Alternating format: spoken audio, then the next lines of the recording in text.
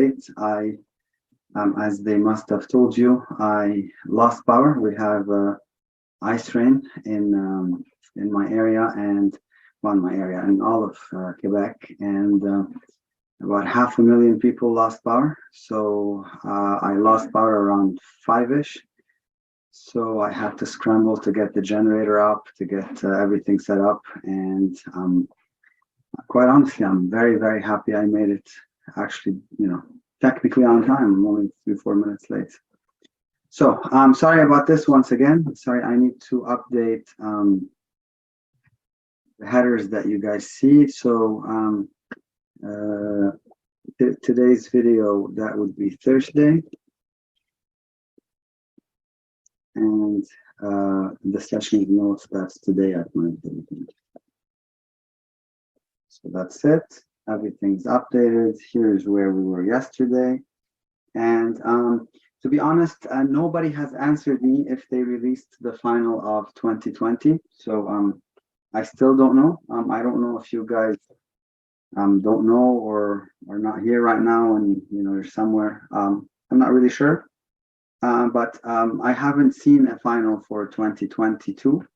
So I am going on working as if we don't have that final. Yesterday, I remember we finished all the stuff that we crossed, and we said today, I want to review with you linear transformations, matrix transformations, the kernel, the image, and all that. Because I am running on a generator, I'm gonna take like sometimes I'm gonna just give you a problem and I say just 2 seconds. I'm gonna just go up to my garage, which is a minute away, just to double check that everything is running okay. The generator is not in the garage. I know we shouldn't put it inside, it's outside, but I can hear its voice from the garage. If it's choking or if something is happening to it, then I could adapt to that. I just don't want to start a fire. So I may just leave for 30 seconds just to listen to it and come back, and that's the only thing different today. Right, so fantastic. Let's begin. Today I want to cover, as I said, linear transformations, matrix transformations, the whole idea. And with whatever time we have left, I would like to cover the stuff that I already covered in the recorded part. Maybe cover more eigenvalues, maybe cover more eigenvectors. Basically, you tell me and I do it. All right, just give me 30 seconds more. Just get back to my message to head office.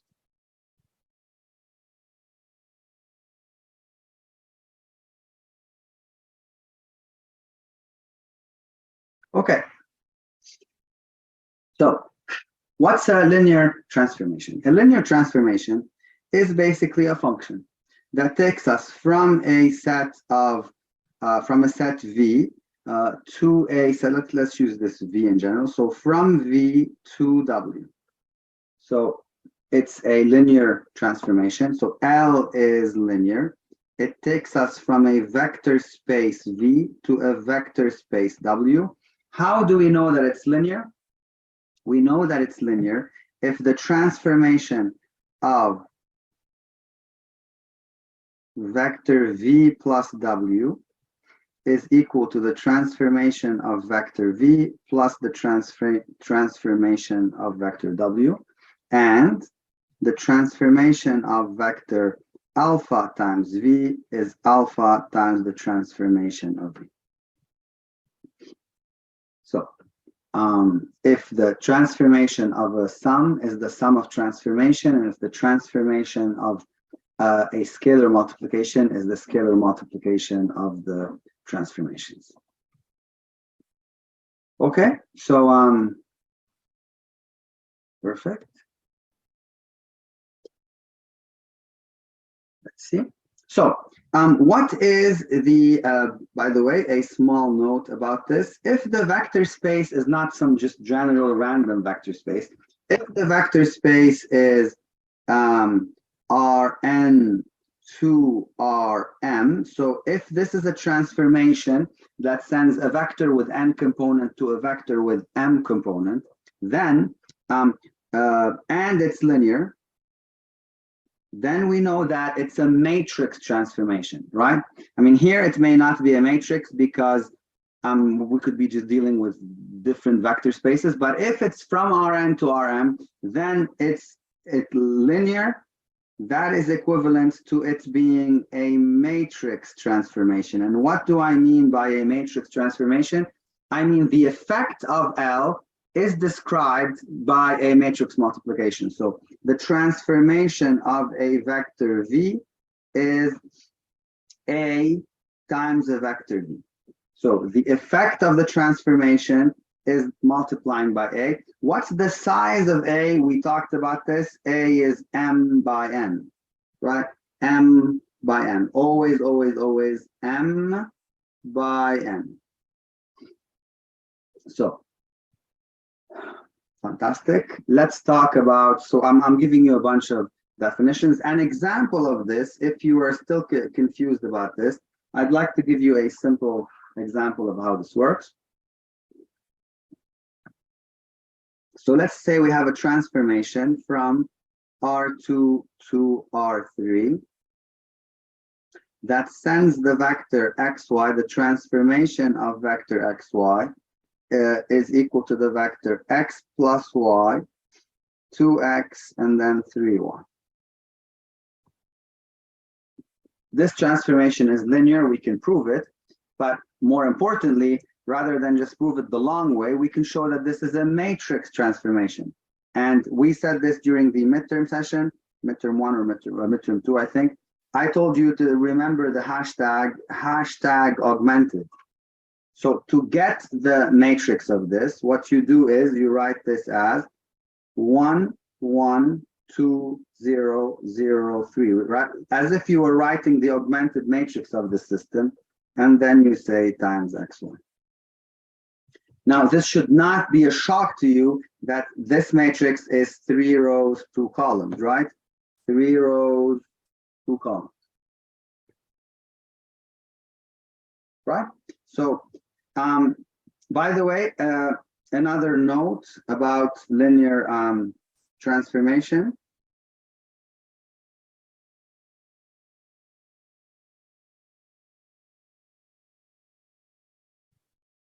Then it wouldn't be linear, Aidan. Excellent question. Then that wouldn't be a linear. Sorry, I heard kids screaming. So if the second row was, let's say, x plus y, 2xy, and then let's say 3y, then this is not linear. This makes it not linear. And it takes much less than this to make it not linear. Let's make it 2. If it's 2, then it's not linear, right? So if it's not linear, then you cannot express it as a matrix. Is that clear? And thank you for your question. That was a good question.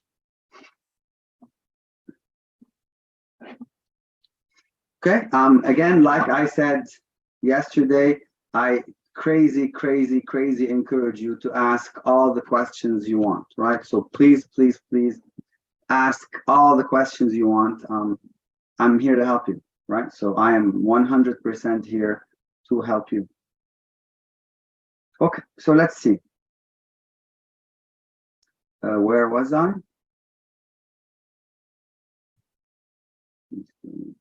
Okay, so let's see. If L is linear, so if a transformation is linear, if L is linear, and this is, I don't know how much useful this is, but it's important to know.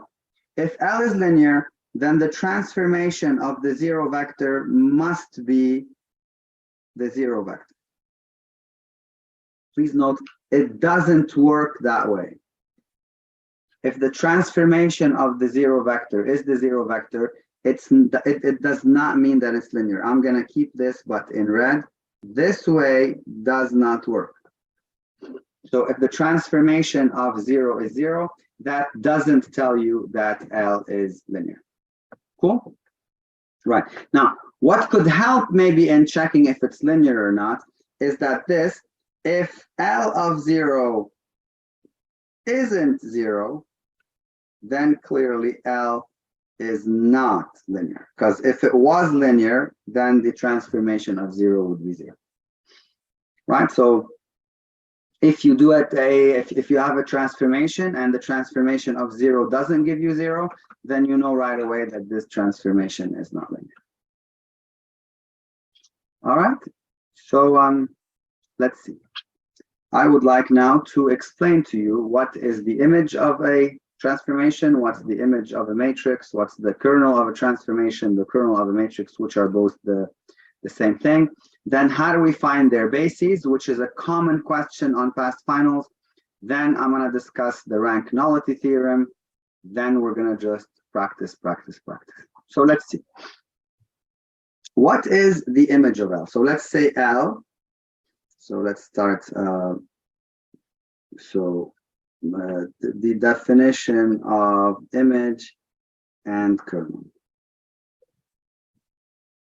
So the image of L is what?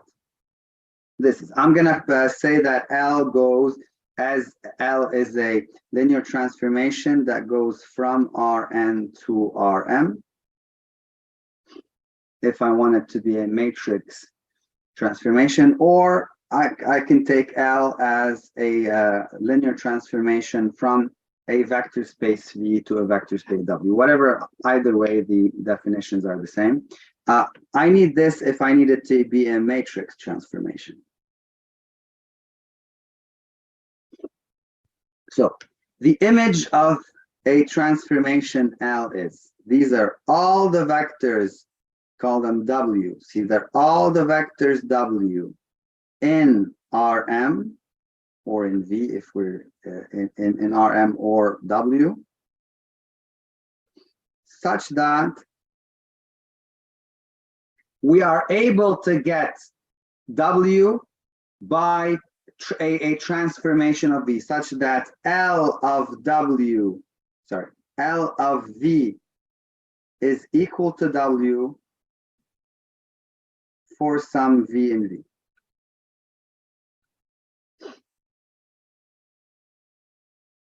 So let's just make this W. Just stick to this notation for now. So it's the image of a transformation are all the vectors in here, or in here, of course, that we get them by doing a transformation of some vector in here. If you want to do an equivalent in terms of functions, you think about it as the range.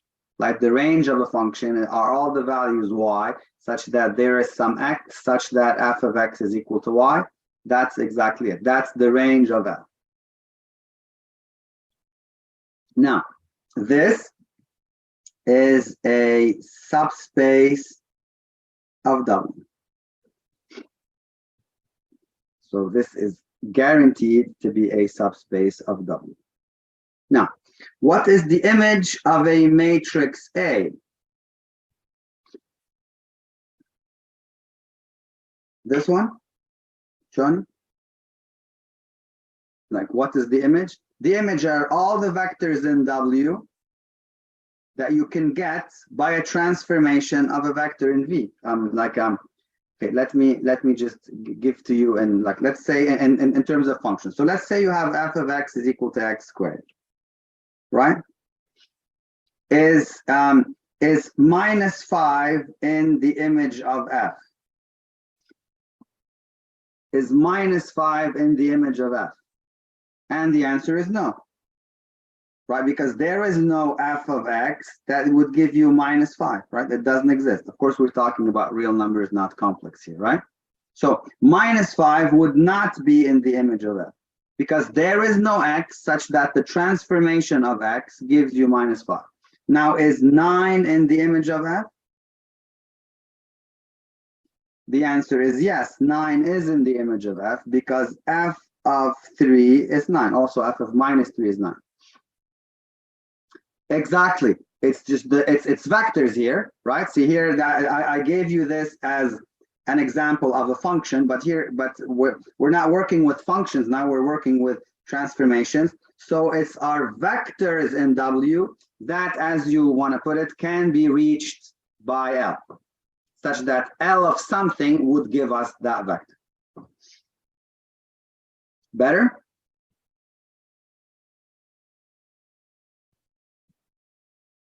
Thank you for asking, Johnny. This is a third day in a row we talk, you and I. So image of A. What is the image of a matrix A? The image of a matrix of A is all the vectors all the vectors W such that ST is such that A times V is equal to W. So can I get W by a multiplication of A by some vector? That makes it the image of A. By the way, that's the same definition as here, right? I want to say this in a different way. This is all vectors W. Now let's say that we are working here. So all vectors W in Rm such that W is A times some vector V and vector V in Rn. You're going to say, Antoine, you're saying the same thing. Yes, I am. I'm just making the switch between W and Rn and Rn. So all vectors W such that W is equal to this. Now, I want you to look at something, and we talked about this yesterday. What does it mean that W is equal to AV? That means it's all vectors. I don't know why I'm writing all this. It's all W such that in Rm, of course, such that A times x1 up to xn is equal to W. And yesterday we said that matrix multiplication is just x1 times the column 1 of A plus x2 times the column 2 of A plus xn times the column n of A. So what is this? This is a linear combination of the columns of A. And this is what I wanted to get you. You can ignore all this. I don't think you're going to get asked about this. You can ignore all this, but what you cannot ignore is this, that the image of A is the linear combinations of the columns of A.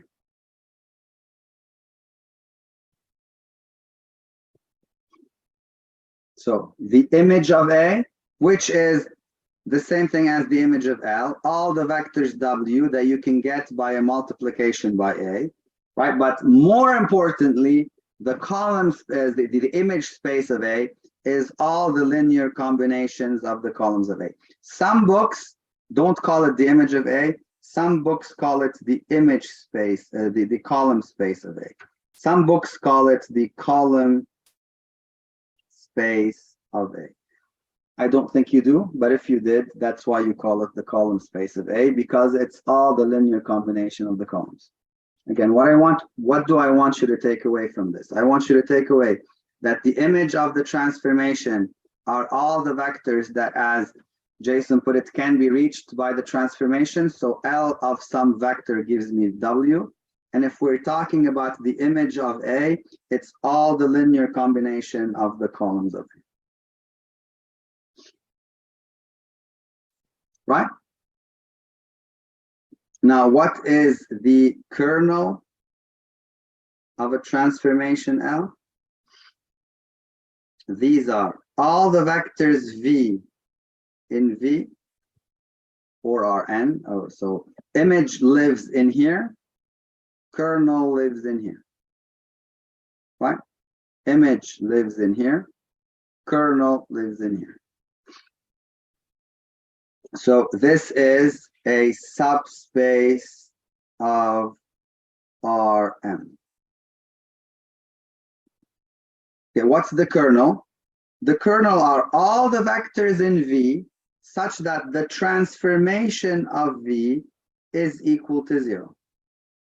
all the vectors that get mapped to 0. Very simple. This is a subspace of V. Okay. What is the kernel of a matrix A? So this is all the vector V in Rn, because the kernel lives here. All the vector V in Rn such that A times V gives me 0. Da-da-da-da.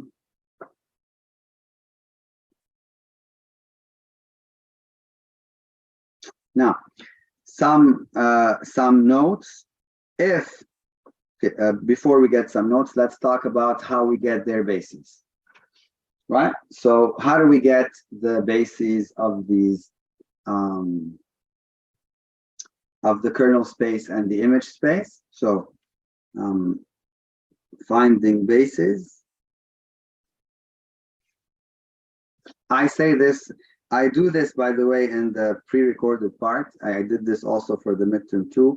To find the basis of the image space of A or the image space of L. This is the same thing as the image space of L now. You take the columns of A that ended up with A1 and with a leading one, not just the one, with a leading one in RREF. The dimension of the image space of A, if you take the columns that ended up with a leading one, that means the dimension is the number of leading ones. So the dimension is the number of leading ones in RREF. And what is the number of leading ones in RREF? That has a name. That's called the rank of A. This is the definition of rank. Rank is the number of leading ones in RREF.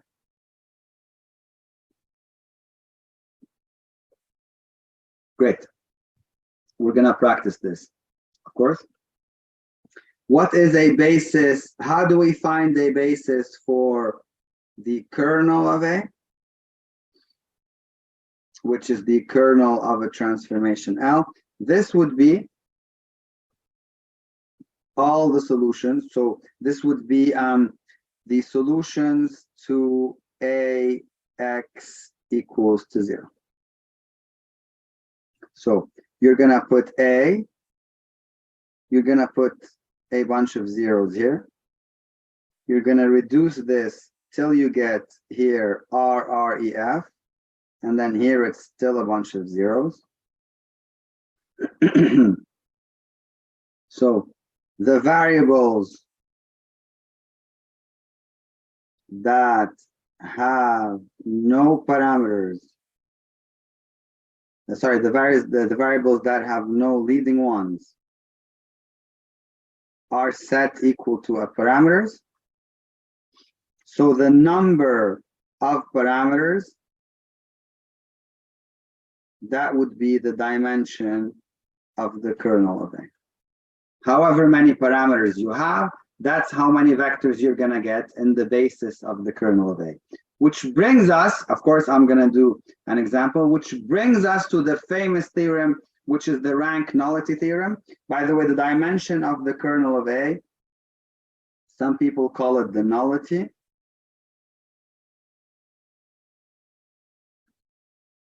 Okay. How many variables got a leading one? So the rank of A, this is the number of leading ones. How many variables got parameters? It's the variables that didn't get leading ones, right? So if n is the total number of variables, this is how many variables you have. You minus, I don't know why I put it so far. If n is the number of variables you have, you minus the rank of A, which is the variables that have leading ones, you get the number of parameters. Well, isn't the rank of A the dimension of the image space of A? And is it the number of parameters, the dimension of the kernel of A or the kernel of L?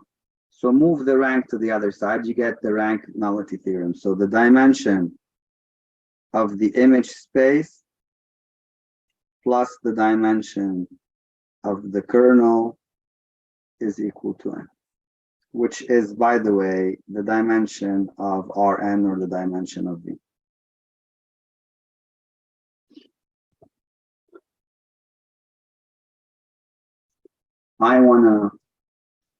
So this is the rank nullity. This is maybe the third time that I do it with you.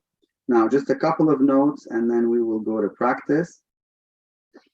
Note number one, if the dimension of the image space of A is equal to M, remember, the image space of A is a subspace of Rm, right, of the image, of the range. So if the dimension of image A is M, and you know that the image space is a subspace of Rm, that tells you that the image of A is equal to Rm, right? It's a subspace that has the same dimension, which is what we call L in this case. In this case, L is surjective, meaning the image is the entire space Rm. In this case, according to, well, nothing, in this case, nothing. Now, if the dimension of the kernel of A is 0, that means the kernel of A has no vectors except the 0 vectors. It means the kernel is just the 0 vectors. There's no other vector than the 0. We call L injective, meaning 1-to-1. And if L is injective, well, that's it. Let's say L is injective.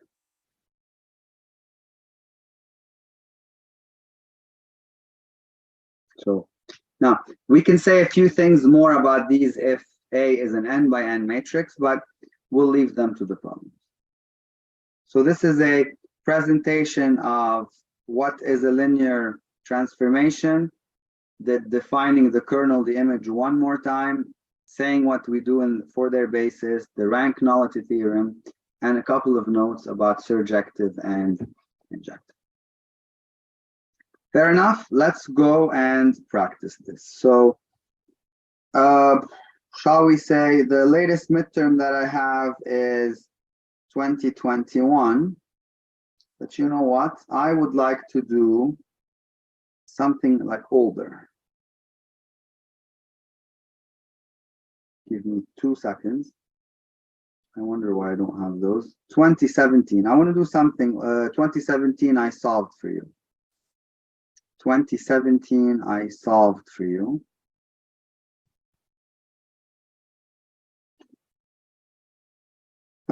Whatever. Let's just do 20. 2020 doesn't work. 2021. I was hoping to do something older, and I will still find something older. I'm sorry, I basically ran here to be here on time and not waste a lot of time. So I was gonna set up a few things and I couldn't, but I will set them on the break, no problem. Okay, so let's start with this. Let L be a linear transformation. I am, by the way, looking for other exercises. So let L be a transformation from R to R3. Let this be the transformation. How do you start? How do you find the standard matrix? How do you find the basis of the image? Verify the rank nullity. Is it injective? Bijective, by the way, I didn't mention this earlier. Bijective, that means it's surjective and injective. Bijective, that means it's surjective and injective. All right, exam package. So how about you find me the standard matrix of L while I do what I set out to do, which is check that the come on. I got it, broskies. I got it. I got you some super nice problem. Right. So let's find the standard basis. So to find the standard basis, the standard matrix. So 2x plus y minus x plus 2y and then 3y. I'm just writing it like this so I can see it better. So the standard matrix A is 2, 1, minus 1, 2, 0, 3. It's 3 by 2, and that's not a surprise because you can see that it's 3 by 2. Yes? Great. So what is the basis for the image of L? So how do we find the basis for the image of L? Well, we take A to RREF A. So let's reduce. I'm gonna I'm switching row 1 with minus row 2. I know it's not an operation. I'm standard. There is no augmented matrix in this case, Johnny. Johnny, good question. The augmented matrix, I tell you hashtag augmented to remember the augmented matrix, but the augmented matrix corresponds to a system of linear equations.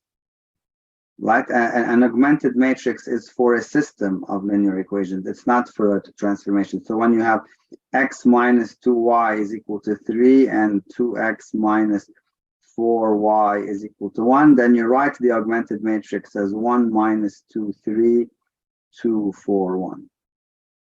Right, so this is what you call the augmented matrix. There is no augmented matrix for transformation. I just tell you hashtag augmented, so you, in the sense that you do it in the same way, like you copy the coefficients in the same way.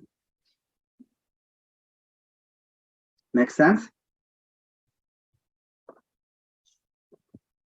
Love it. So right, so how about you take 2 seconds and reduce this to RREF. Find me the RREF of A. I am literally gonna just walk out for 2 seconds just to make sure that everything is running and nothing is dangerous outside. Just 2 seconds and I will be right back. Just do the RREF of A, please.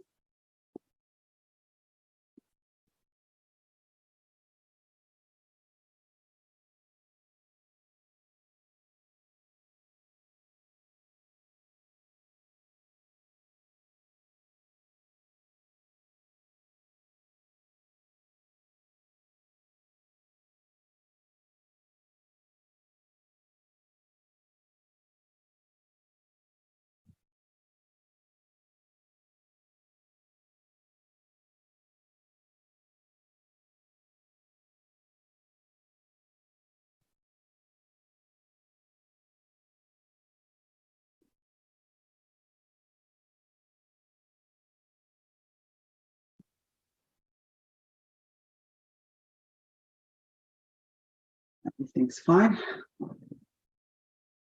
So, RREF of A. What do I keep saying? So, I'm gonna switch row 1. Well, let's do it properly. Let's switch row 1 with row 2. That'll give me minus 1, 2, 2, 1, 0, 3. Basically, let's do minus row 1 into row 1. I'm doing this in full details. So 1 minus 2, 2, 1, 0, 3. Then let's do minus 2 row 1 plus row 2 into row 2. To save some space, I'm going to do it here. So that would give me 1 minus 2. Minus 2 this plus this is 0. Minus 2 this plus this is 5. 0, 3. Very clear. I could just divide row 2 by 5 into row 2. That'll give me 1 minus 2, 0, 1, 0, 3. And then when I do minus 3, row 2 plus row 3 into row 3. I don't need to get this 0, but I'm going to do it. 2 row 2 plus row 1 into row 1. I don't need to, but I'm doing it anyway because I'm going to find the basis of the kernel in a second. This is 1, 0, 0, 1, 0, 0. Ladies and gentlemen, column 1 has a leading 1. Column 2 has a leading 1. That means the basis, a basis of the image space of A, that's basically column 1 and column 2 of A. So these are the columns of A that ended up with a leading 1 in RREF. By the way, that means the columns of A are linearly independent. Because you got a leading 1 in every column, that tells you that the columns are linearly independent.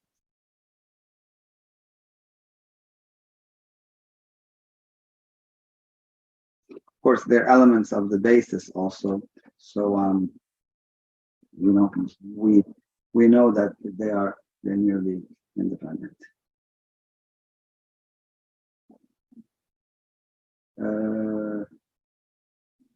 Oh, very nice. All right. So now I'm going to ask you this: what is the dimension of the image space of A?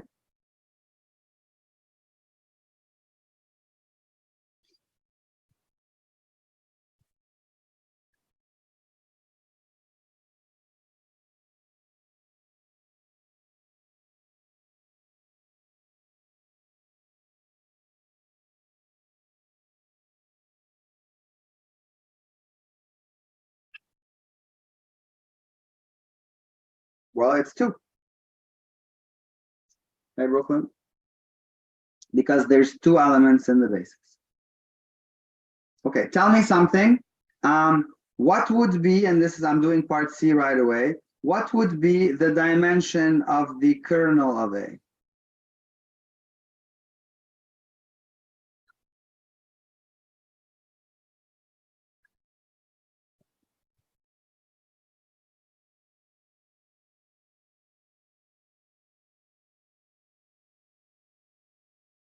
Well, rank nullity, right? The n is 2, and the image has dimension 2, so it's n minus the rank of A. The rank of A is the same thing as the image. It's the number of leading ones in RREF. So n is 2, the rank is 2, so the dimension of the kernel is 0. What does that tell you about the kernel? If the dimension of the kernel is 0, what can you say about the kernel of A? We say that the kernel of A is just the 0 vector. Which means, now we can just answer this.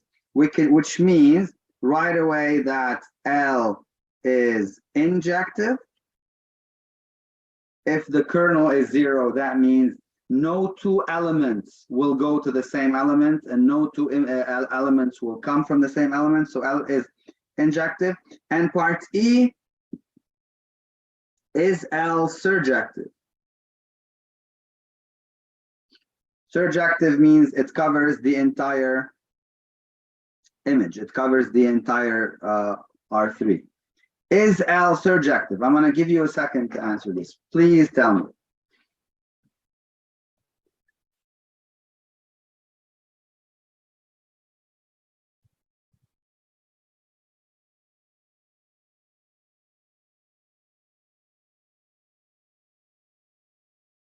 Is L surjective, ladies and gentlemen?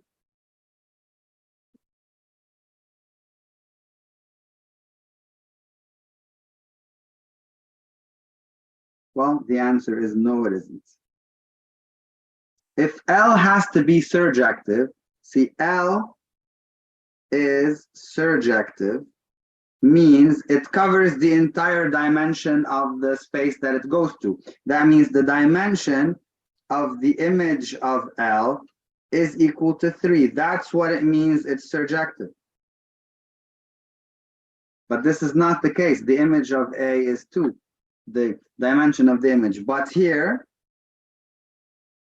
the dimension of the image of A or L is equal to 2. So basically, the image of L is a subspace of R3 of dimension 2. So it's not the whole space, it's part of that space.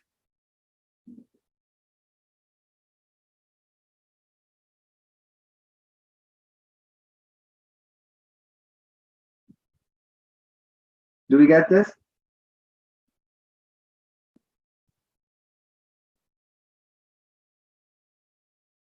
All right. So let's see.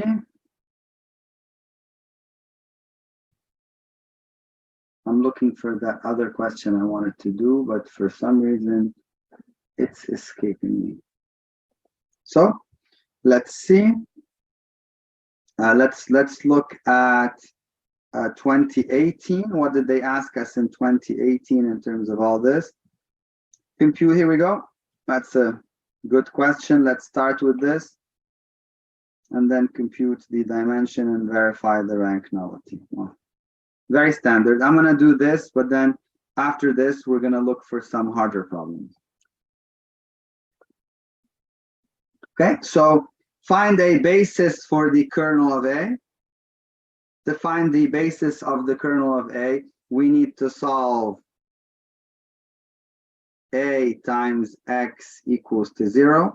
So technically, I'm putting A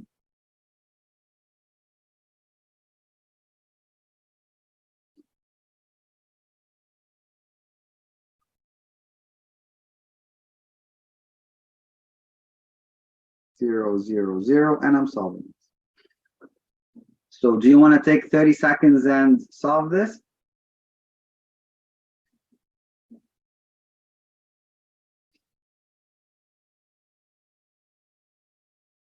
So we did this, we did this, we did this. Okay, so let's see, minus 3 row 1 plus row 2 into row 2. 2 row 1 plus row 3 into row 3. That'll give me 1, 1, 2, minus 1, 0, 0, minus 3 this plus this, minus 3 this plus this, minus 3 this plus this, minus 3 this plus this, 2 this plus this, 2 this plus this, 2 this plus this, 2 this plus this, and 2 this plus this. So if I divide then row 2 by minus 3, I get the same matrix. I'm going to work here to just have more space next to it. That's going to be 1. And then if I do minus row 1 plus minus row 2 plus row 1 into row 1, and minus 2 row 2 plus row 3 into row 3, I will get the RREF where this is 0 and this is 0. Fabulous. So how do I solve this? So this is a practice in finding the kernel, a basis for the kernel, and this is also practice into solving systems of linear equations, right? So this is double practice.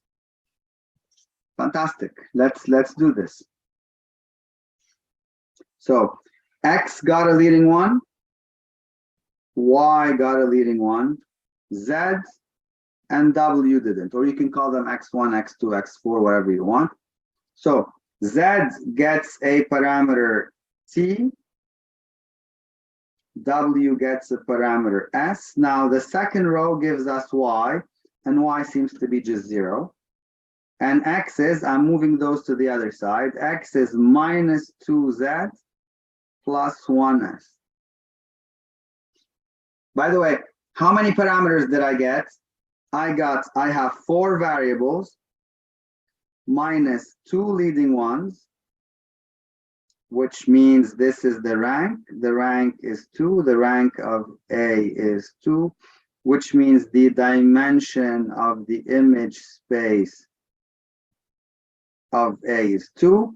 That gives me 2 parameters, and that is the nullity or the dimension of the kernel of A.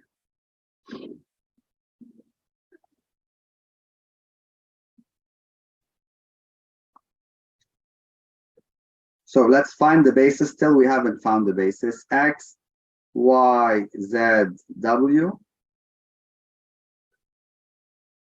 1 for T, 1 for S.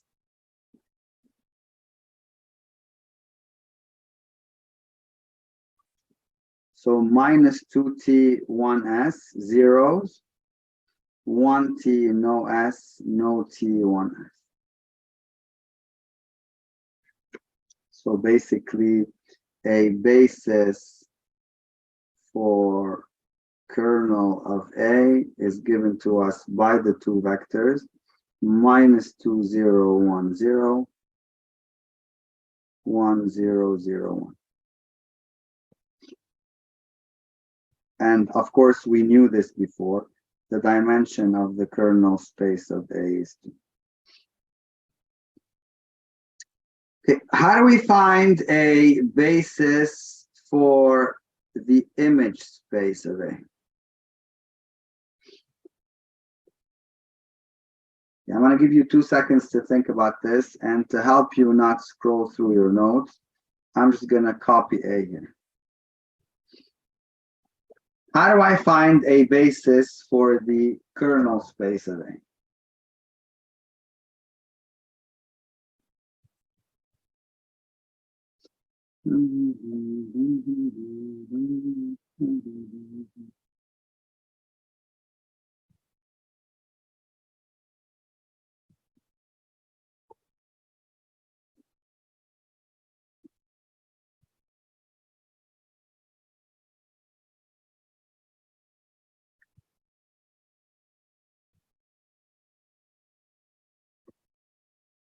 So,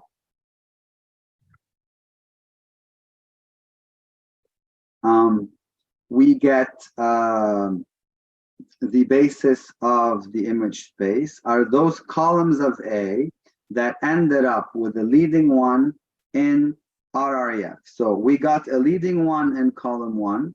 We got a leading one in column 2.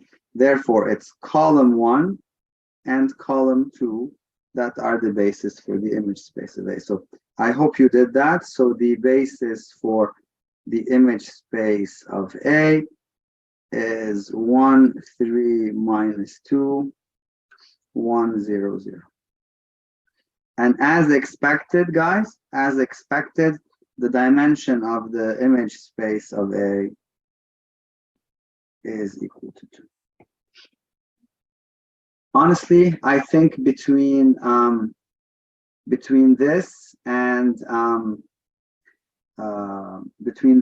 all the exercises I did already in the pre-recorded part, I think you should have this like down to a T. Like you should really, nail this. It's supposed to be super easy. Okay. So, what shall we do next? I'm gonna do some practice with you on linear independence. I'm gonna do. Before we move too far, I just remembered. Do you have any questions about this, or can I move on to a different topic? There was a question that I wanted to do yesterday, and somehow it escaped me.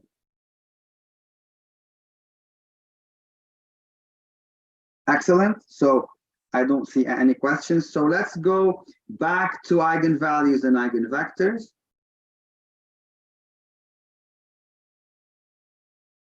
I said something yesterday. and I didn't prove it. And then later, when I was thinking about how the session went, what did I do? I do come like a sort of a mental review of what happened. I realized, why not just prove it? So let E lambda be the eigenspace corresponding to lambda. And lambda is an eigenvalue of A that has size n by n.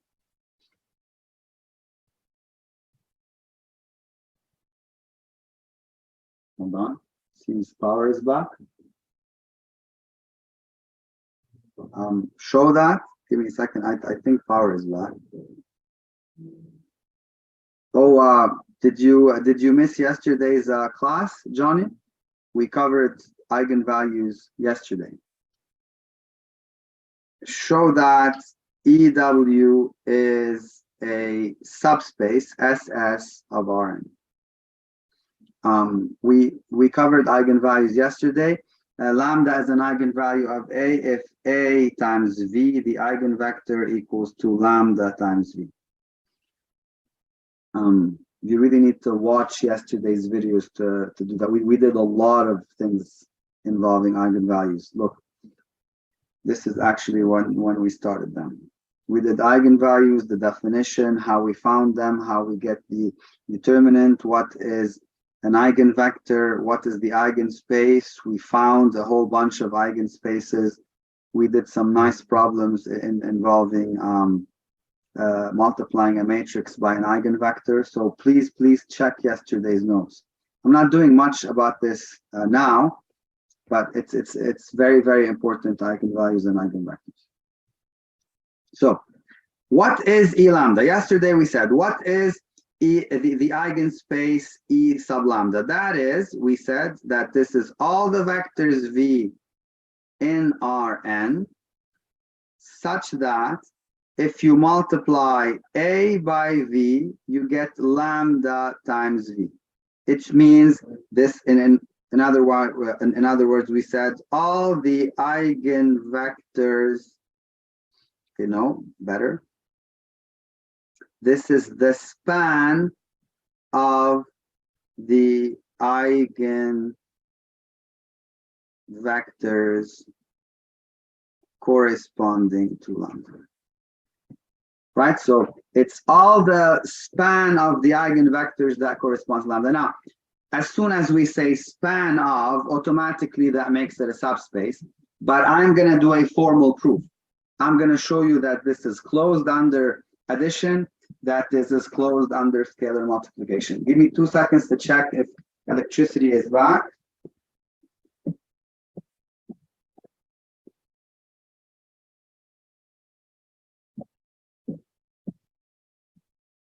Electricity isn't back. That was a false alarm. So let's do this. First of all, 0 belongs to the eigenspace of lambda. Why?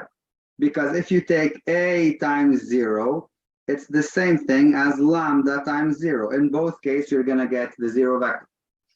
So because A times 0 is lambda times 0, remember, E lambda, the eigenspace corresponding to lambda, is all the vectors V, so it's a vector V, such that when you multiply A by V, it's the same thing as lambda times V. So 0 belongs to E lambda because A times 0 gives us lambda times 0. Okay, now let's take V1 in E lambda and V2 in E lambda. So what does it mean that they are in E lambda? That means A times V1 is equal to lambda times V1, and A times V2 is equal to lambda times V2.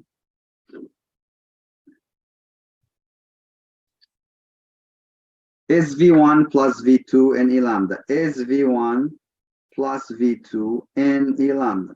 Okay, what makes them in E lambda? They belong to the eigenspace if, so we want to check if A times V1 plus V2 is equal to lambda times V1 plus V2. They belong to the eigenspace if A times that vector is lambda times that vector, and that's correct, because A times V1 plus V2 is A V1 plus A V2. Now A V1 is lambda V1, A V2 is lambda V2, which gives you that. So are they in E lambda? Absolutely, yes, they are. Now, let's check scalar multiplication. Let V belongs to E lambda, the eigenspace, is alpha times V in E lambda. So what do I need to check? I need to check if A times alpha V is equal to lambda times alpha V. Well, yes, because this one is alpha times AV. Alpha is a number, so you can put it anywhere. V belongs to E lambda, so AV is equal to lambda V. So you change AV into lambda V, and that's the same thing as lambda times alpha V. So yes, it is.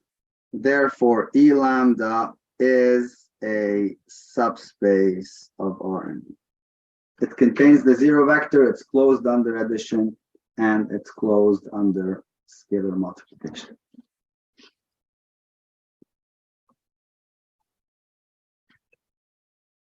So if they ask you this, then we've answered that, and it's done right there. Right? Let's do an example. Just since we have a minute before we take a break. How about we do one more example of finding eigenvalues and eigenvectors, just to help Johnny out. So Johnny, we dedicate this to you. We can't review the whole theory of yesterday, but we can do one example of how these things work. So finding the eigenvalues and the eigenvectors, right? Finding eigenvalues and eigenvectors. And my green screen is moved. It's not going to crash on me. Here we go. Right, so how do we find the eigenvalues and eigenvectors of a matrix? I just need to get an example. So you give me 2 seconds and I will get you an examples of a matrix that we can work with. So here we go. Let's do winter. Why can't I find my files today? So this is midterm 3, practice examination. Here we go. Come on, come on, come on.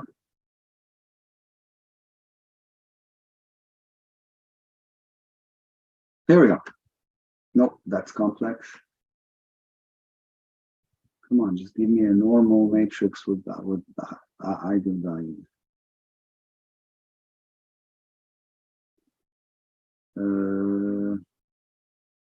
Here we go. So here's the matrix A. Sorry about that. This was not an anticipated problem. So A is 0, 1, 2, 1. I would like you to find me the eigenvalues and the eigenvectors. Remember, how do we find eigenvalues? To find eigenvalues, we need to write the characteristic equation of A. What is the characteristic equation of A? It's the determinant of A minus lambda I equals to 0. So what's lambda I? I is the identity matrix 1, 0, 0, 1. Lambda I is lambda 0, 0, lambda. So A minus lambda I is minus lambda 1. 2, 1 minus lambda. So what's the determinant of a minus lambda I? It's minus lambda times 1 minus lambda minus 2 equals to 0. So lambda squared minus lambda minus 2 equals to 0. So lambda minus 2, lambda plus 1 equals to 0. So we get lambda 1 equals to 2 and lambda 2 equals to minus 1. Great. How do we find the eigenvalues? So for lambda equals to 2, lambda 1 equals to 2, how do we find the eigenvalues? And we said yesterday, this step is called finding the eigenvalues, or finding a basis of the eigenspace, or finding the kernel of a minus 2i. So you can call this finding the eigenvectors corresponding to lambda equals to 2. You can call this finding a basis for E2, the eigenspace corresponding to 2. You can find this, you can call this finding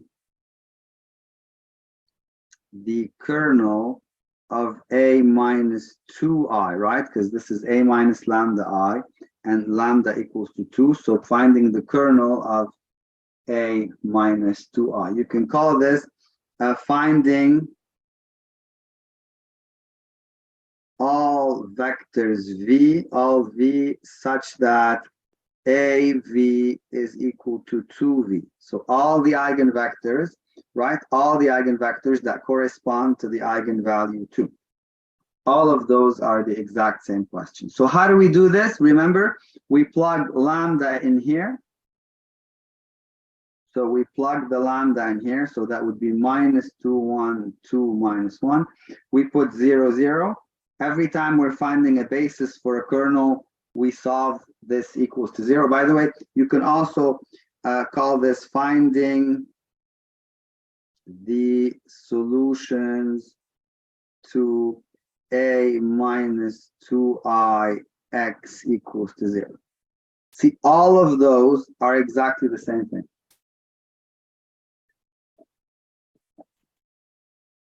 So remember what we said yesterday? You always get a 0 row. You always get at least 1 0 row.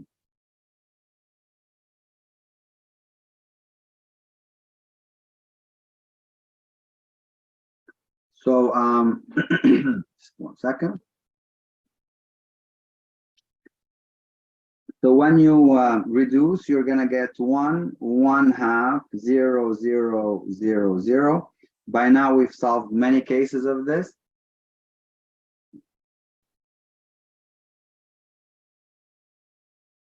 So y is equal to t,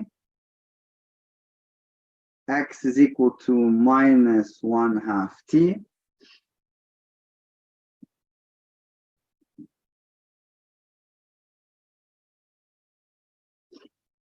So we have minus 1/2 1 t. Now we said that you can give this any value of t you want. So let's call v to be, let's make t equals to 2. So minus 1, 2. Please. This is the eigenvector corresponding to lambda equals to 2. This is the basis for E. This is a basis for E2. This is the basis for the kernel of this. This is all the vectors v such that like this. And this is the solution to a minus 2i equals to 0. Right? So, by the way, E2, which is the kernel of a minus 2i, would be, for example, the span of minus 1, 2. A basis for E2 would be minus 1, 2. I don't know how to say this in more ways, but that's all these things.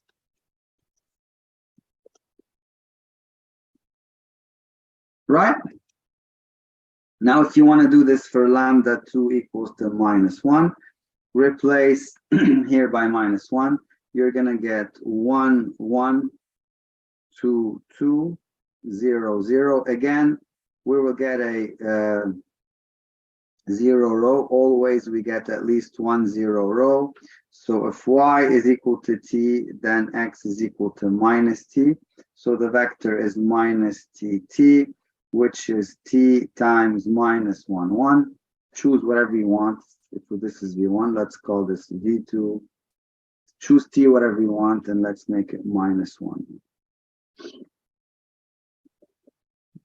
Right? So very, very important last remark before we take a break. Very important in case they ask you this on your test. Anytime you multiply a by v1, you get lambda, sorry, you get lambda 1 times v1, right? That's the definition of the eigenvector. A times v is lambda times v. So a times v1 is 2 times v1. And a times v2, that's lambda 2 times v2. And lambda 2 is -1, so it's -v2. Right? So this is very important. And please review yesterday's video. It should be posted very, very shortly on the prep website. And that tells you more about this. Right? After the break, I'm going to do one more eigenvalue question, which is from April 2017. So if you want, I can write it down for you. So this is from the final of April 2017. Actually, well, why am I doing this? Let's just do this as an example from 2017, like we always used to. Let's not change notation. A is, I like how they ask this, 2, 0, 0, 3, 1, -2, and then 3, -2, 1. Yesterday, we didn't do an example with 3 by 3. Part A, they ask for the eigenvalues. Part B, which they could have asked without part A. I love part B. They gave us which of these is an eigenvector and what eigenvalue does it correspond to?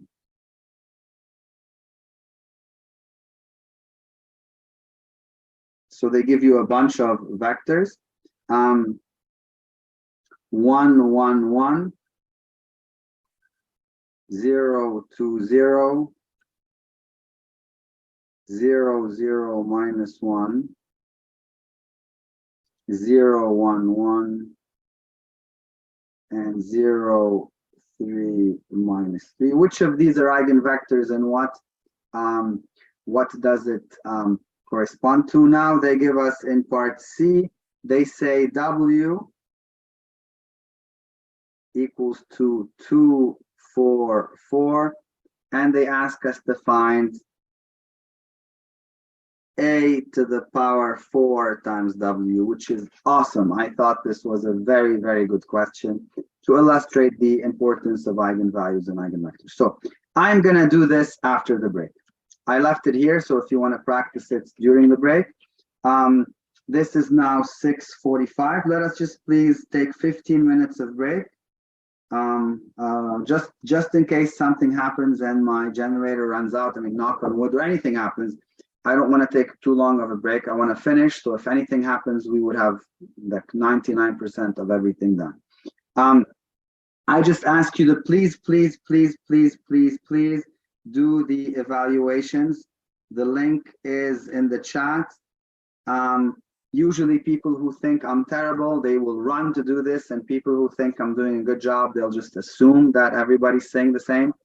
Please, good or bad, hopefully good, hopefully fantastic, I don't know.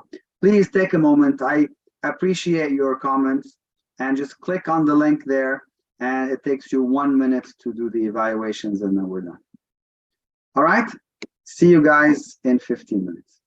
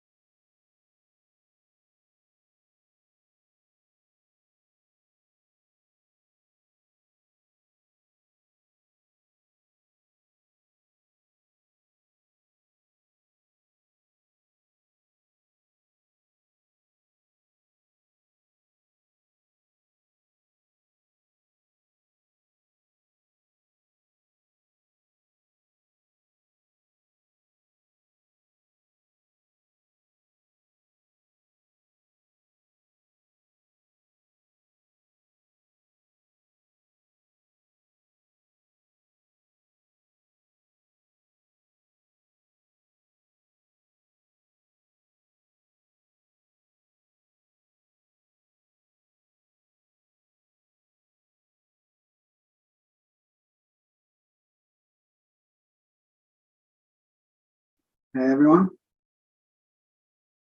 I am back. So let's do this problem.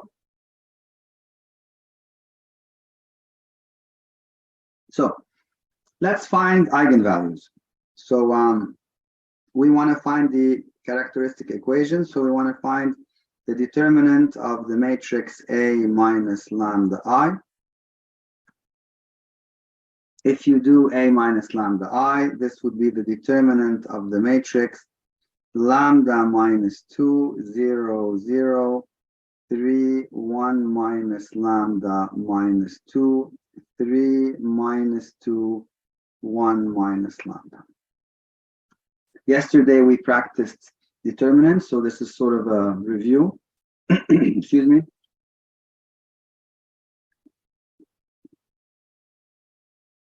So we're going to expand along row 1. So this would be plus lambda minus 2. The determinant that's left after I take out the rows. So 1 minus lambda minus 2, 1 minus, minus 2, 1 minus lambda. This is equal to lambda minus 2. The determinant here is 1 minus lambda squared minus 4. So this is lambda minus 2. You can do a squared minus b squared. So 1 minus lambda minus 2, 1 minus lambda plus 2. Do any method to factor this really.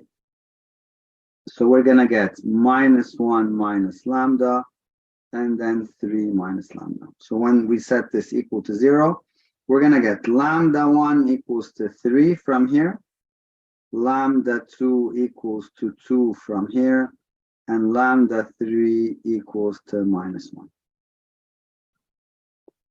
Right? Now, they're asking us which ones of these are eigenvectors and which ones are not. One way to do this is you can just multiply. One way to do this is to find the eigenvector. So you find the eigenvector for this, you find the eigenvectors for this, you find the eigenvectors for this. But yesterday I showed you another trick. Excuse me. Yesterday I showed you another trick. A vector is an eigenvector if I multiply A by that vector, if AV is lambda V. So let's take A. Let's call these vectors V1, V2, V3, whatever. So this is V1. What's A V1? So this is V1. What's A V1? When you multiply it, that would be 2, 3 plus 1 minus 2 is 2, 3 minus 2 plus 1 is 2. Look, right? You get this is 2 times 1, 1, 1. So A V1 is 2 V1. So lambda 1 is equal to 2, and it corresponds to V1 equals 1, 1, 1.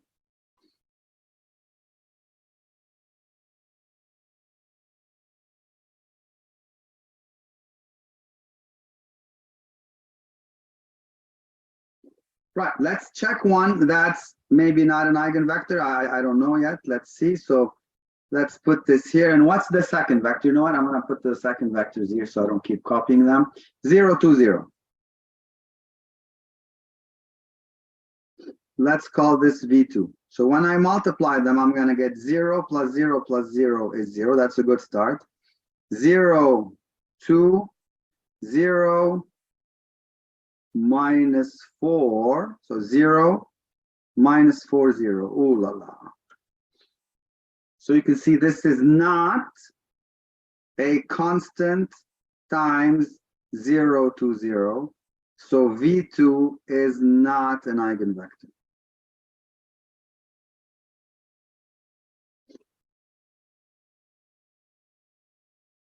Yes, no, maybe. How are we doing? Let's check V3.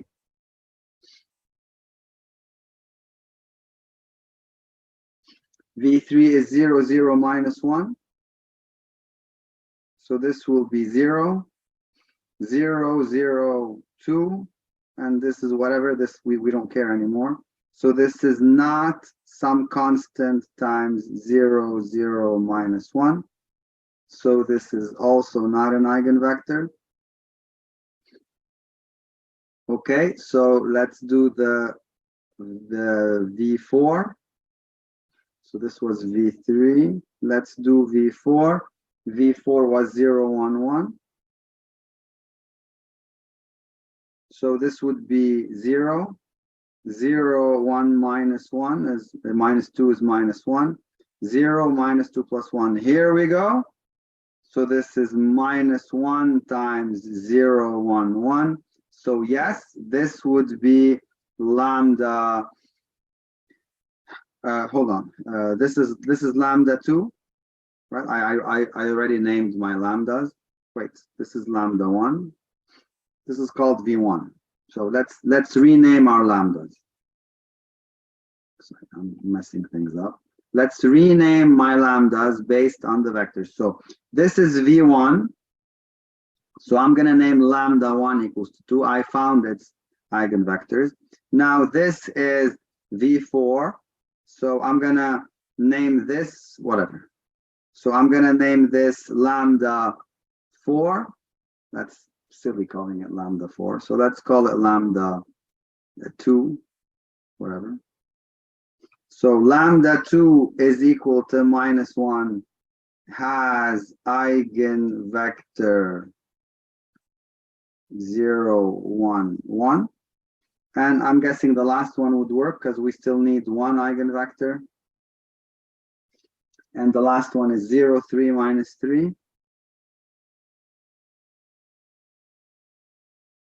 So this would give me 0, 0, 3 plus 6 is 3.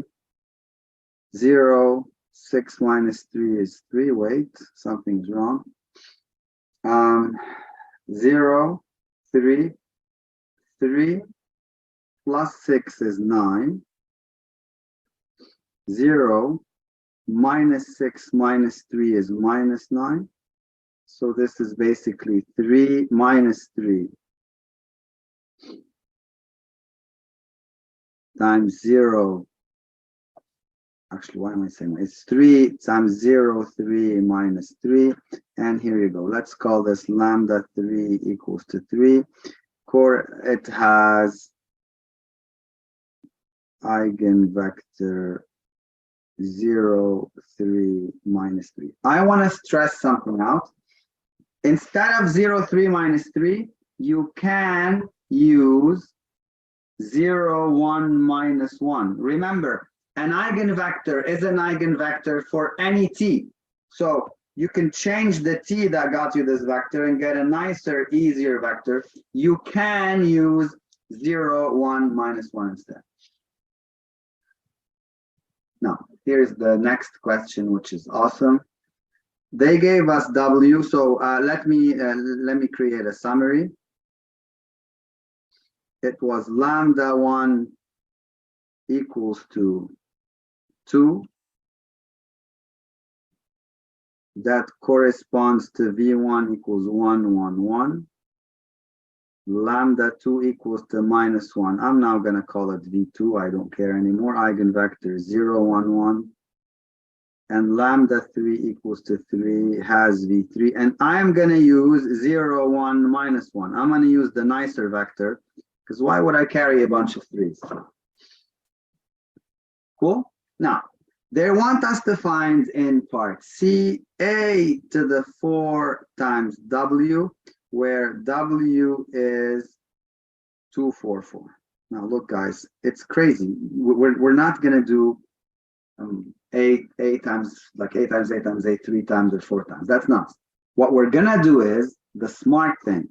We're going to write W as a linear combination of the eigenvectors.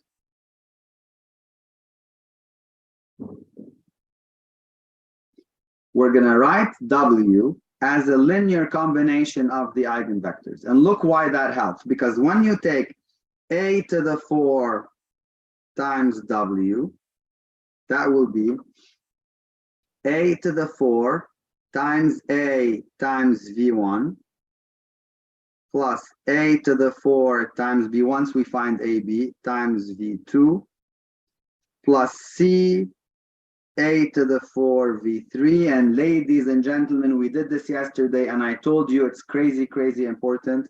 When you have a v equals to lambda v, then when you put a power on a times v, you put the same power on lambda. Very important. So here it's like saying a times lambda 1 to the 4 v1, b lambda 2 to the 4 b2, and c lambda 3 to the 4 v3. So basically just multiplying numbers. So now let's go ahead and solve this. This means a plus 0b plus 0c is equal to the first component of w, which is 2. A plus b plus c is equal to 4.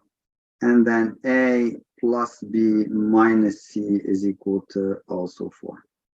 So you put a equals to 2 here. There's no need for systems, really. This can be solved very easily.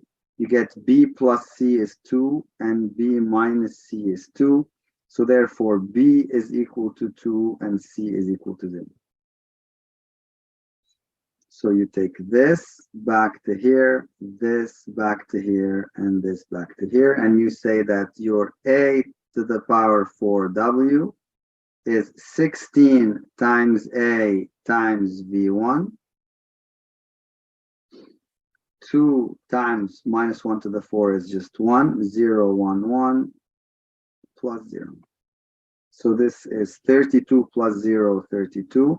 32 plus 2, 34. 32 plus 2, 34. And all you had to do was solve a small system rather than multiply a to the 4, like, and then do that.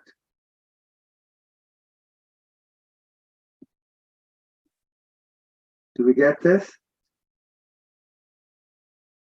So I found this to be a very interesting question in 2017 that deals with eigenvalues, and this is a good review, right? So this is a good review for eigenvalues and eigenvectors and systems, and this is like a good problem overall. So we did the evaluations. I hope you did the evaluations. I'm not sure, but I certainly hope you did. Right? So that's a good problem to have. It's a good problem to practice. I would like to do a review, since we're reviewing some of the stuff we did yesterday. I'd like to do a review on one on a determinant problem. I think 2021 had a nice problem that I wanted to do. Here we go. So this is a really good problem, and it gives us a small review. Basically, I finished covering all the topics, right? So basically, I'm done covering everything you need. The only thing that I'm still hoping for after I review a few of the topics we did yesterday is to do a couple of problems on linear independence, basis, some stuff like the midterm 2. And really, we would have covered everything. Look, if we go here. So we did linear transformation. I'm doing a review of those. And then after, I'd like to solve, I did those in the pre-recorded part. So this is all done in the pre-recorded part 3, which has been posted for you already. So this is all done.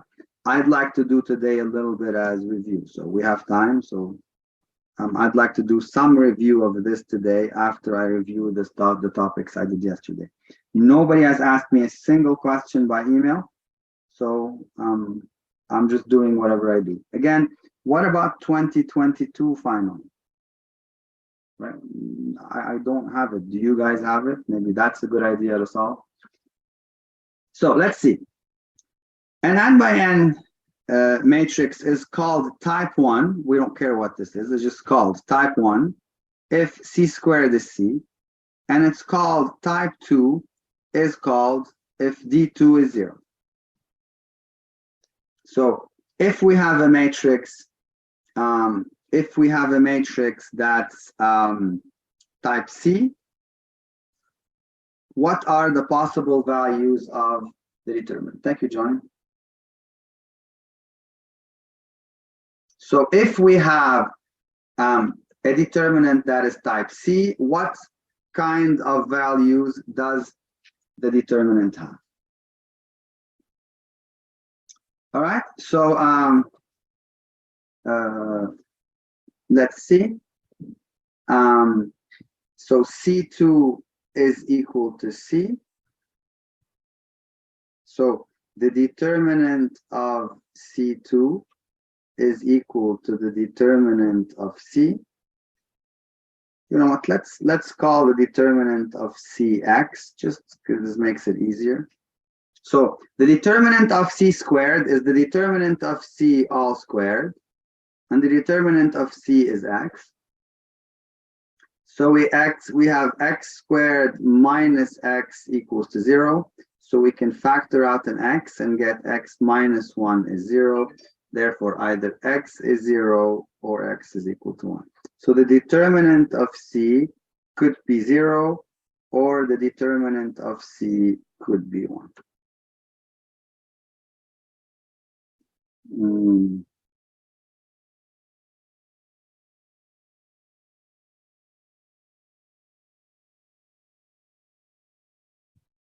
All right, so that's part A. Find the values of A for which the matrix E is type 1. Well, type 1 means C squared is equal to C. So E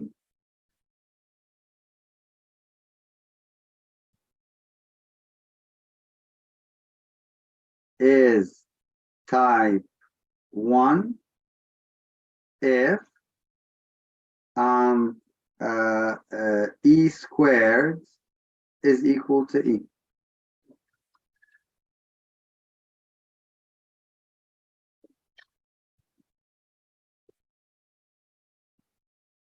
So what's E squared? A plus 1, 0, 0, 1 times A plus 1, 0, 0, 1. This is A plus 1 squared, 0, 0, 1. And you want this to be the same thing as E, so the same thing as A plus 1, 0, 0, 1. So you guys, you have A plus 1 squared is equal to A plus 1. If you expand it, this is A squared plus 2A plus 1 is equal to A plus 1. So A squared plus A equals to 0. So A times A plus 1 equals to 0. So either A equals to 0 or A equals to minus 1.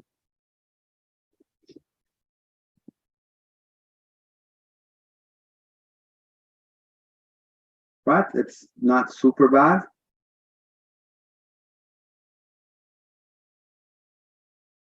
Part C tells us, tell me if A, B are type 1, type 2, or either. So tell me, are they type 1, type 2, or either? Well, let's just find out. So this is A. What is A squared equal to?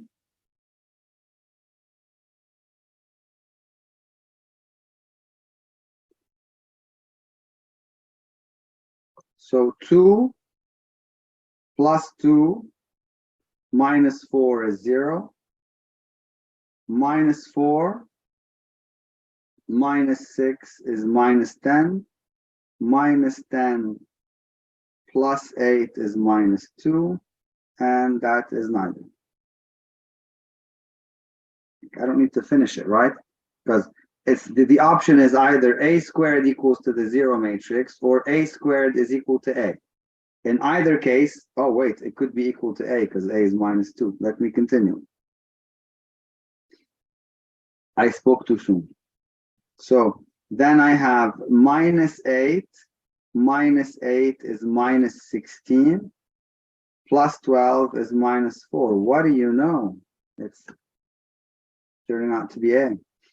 Minus 2 minus 3 is minus 5. Minus 5 plus 4 is minus 1. 2 plus 9 is 11. 11 minus 8 is 3. 4 plus 12 minus 12. 2 plus 2 minus 3. Minus 2 minus 6 plus 6. And then minus 4 minus 8 plus 9 minus 3. So this is equal to A, which makes it type 1. Let's do B.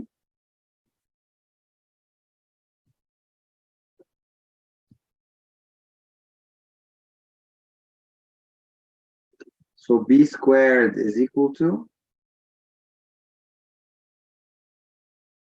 1 plus 4 minus 5 is 0. 2 plus 8 minus 10 is 0. Ooh la la. 5 plus 20 minus 25 is 0. I'm tempting to say type 2, but let's continue. 2 plus 8 minus 10. 4 plus 16 minus 20. 10 plus 40 minus 50. I'm conscious. Let me try minus 1, minus 2, minus 5. Yeah. So this is equal to B, sorry, is equal to 0, and therefore this is type 2. Then they asked the nicest question: what's the determinant of A, B, A, B, A, B? Which we did something like yesterday. So what's the determinant of A, B, A, B, A, B?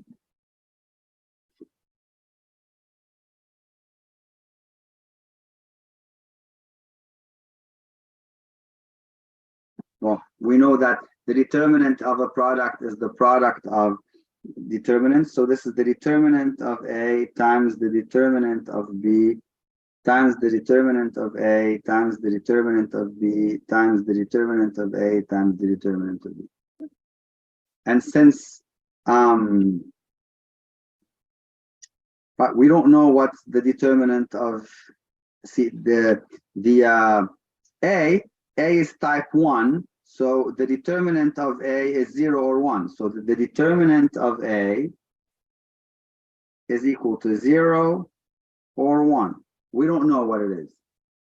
So let's find out what's the determinant of B. So if you have a type 2 matrix, that means B squared is equal to the 0 matrix. That means the determinant of B squared is equal to 0. That means the determinant of B all squared is 0. Therefore, the determinant of B is equal to 0. So while we don't know what the determinant of A is, we certainly know what the determinant of B is. And therefore, this is going to be 0. Right?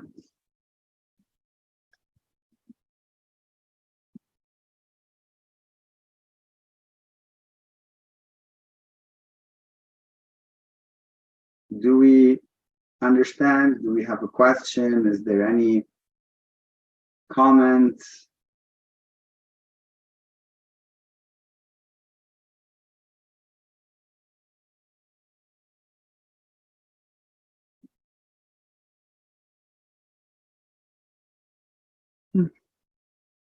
Okay.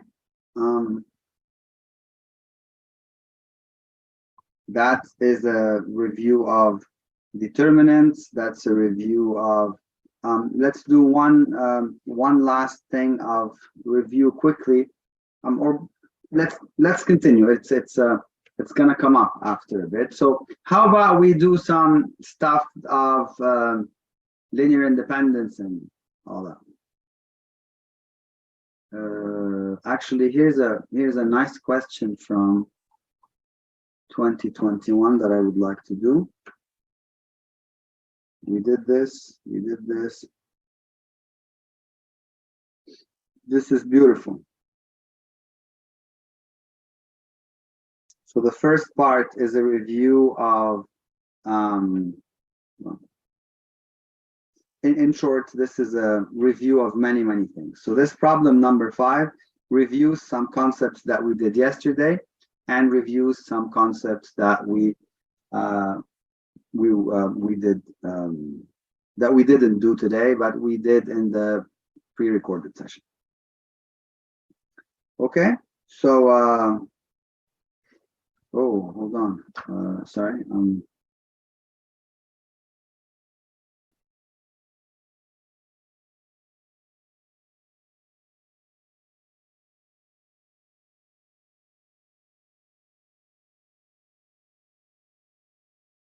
Sorry, this is head office checking if the session is running, and I said all is good. So let's see.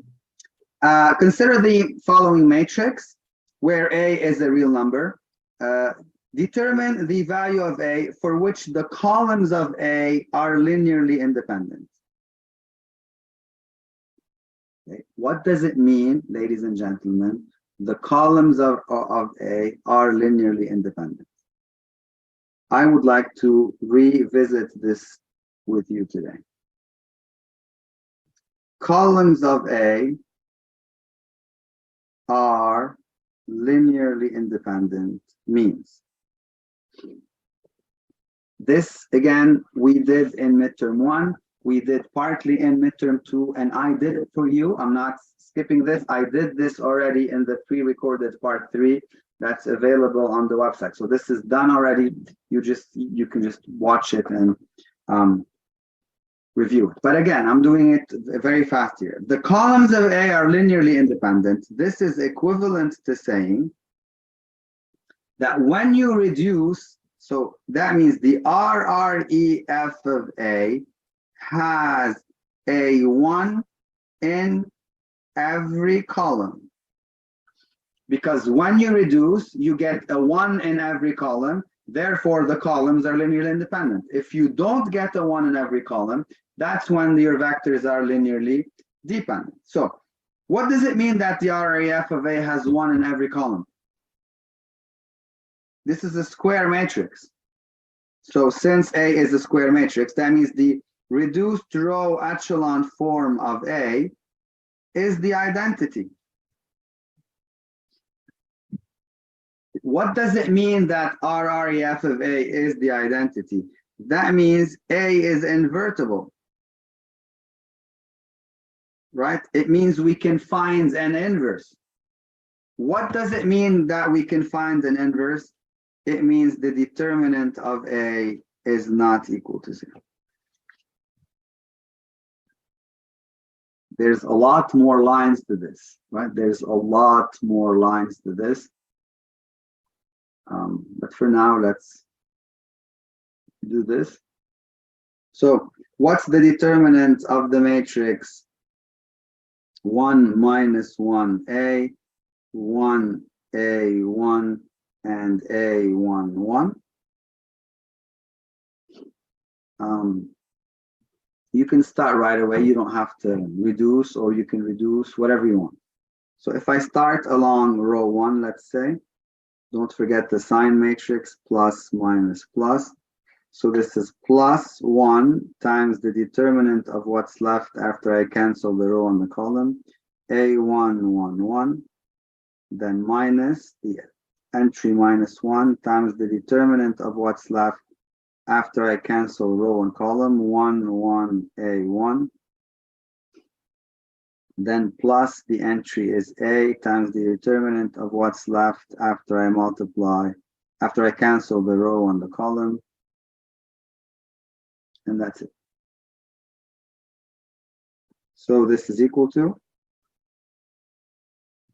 A minus 1 plus 1 minus A plus A times 1 minus A squared.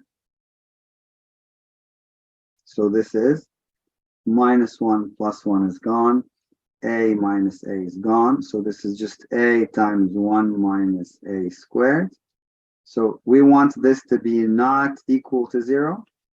So A cannot equal to 0.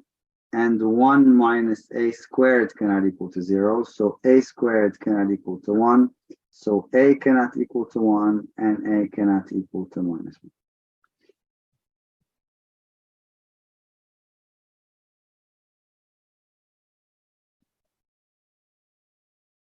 So this is your answer.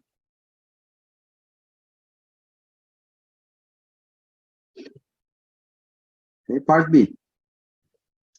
Using the expression we learned for class, prove that if V2 and V1, V2 is a linearly dependent set, then the determinant of A is 0. What a great question.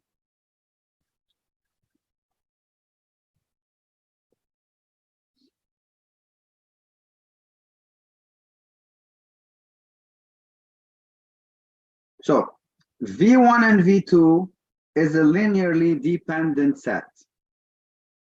So we're going to start with V1, V2 is linearly dependent. And then I'm going to go all the way to get you the determinant of A equals to 0. And look, A is basically V1, V2. This is fun. You don't know it yet, but it is a lot of fun. So what does it mean that V1 and V2 are linearly dependent? That means because they are two vectors, and this is the beauty of it, it's just two vectors. That means V1 must be parallel to V2. Right? We said this about linearly dependent vectors. If we have two vectors, that's the speciality of two vectors. Two vectors are dependent if they're parallel, they're independent if they're not parallel. That's the nice thing about just two vectors. So that means that AC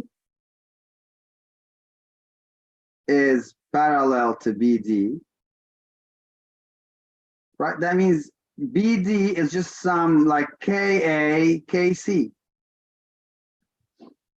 right? They are parallel. So one of them is a multiple of the other, right? One of them is a multiple of the other. So BD is supposed to be some multiple of AC. So BD is like some KA, KC, which now makes our matrix A, AC, KA, KC,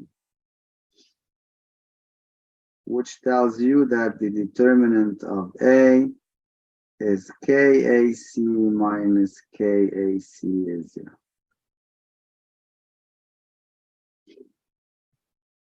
I thought this was fun.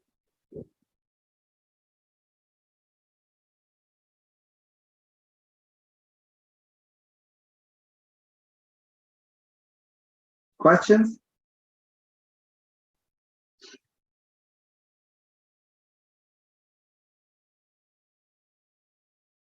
Okay, let's look at part C. This is a review also of eigenvalue, eigenvectors, determinant and everything. So let AB be two n by n matrices such that AB is equal to BA. We know that this is a very rare thing in matrices. AB is equal to BA.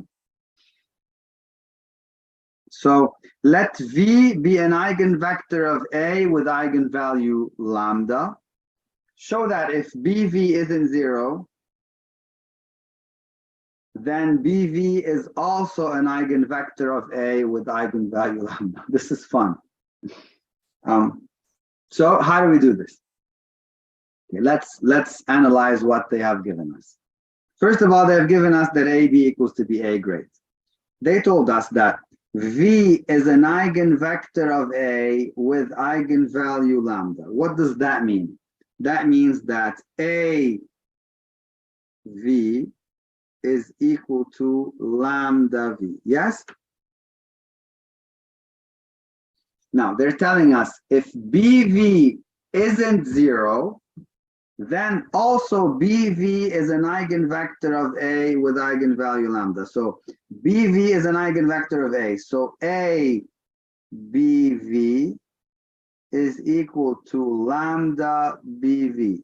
That's what we want to show.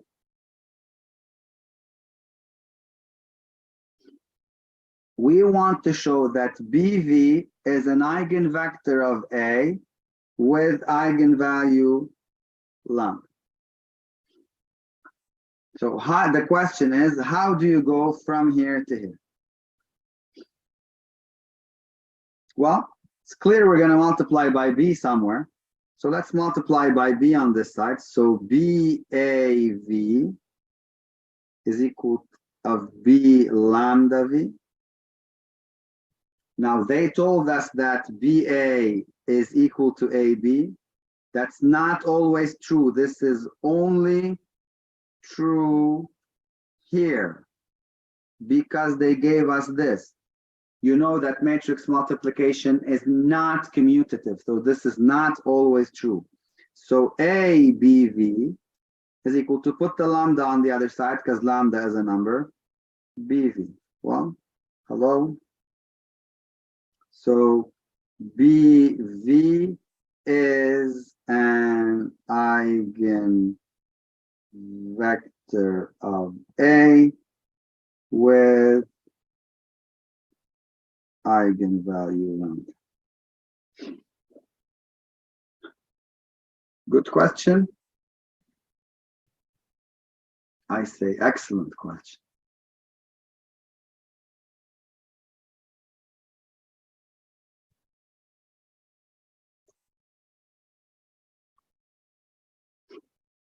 Okay. So I don't know, that's everything in the midterm 3 of 2021. We did this one. We did this one yesterday. We did this one today. Did we do this one? I don't remember doing this one.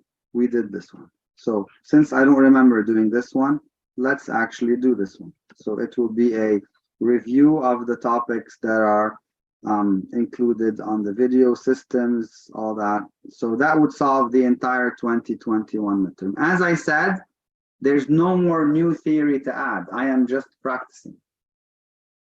So I'm simply just practicing more and more problems. So calculate the determinant of A.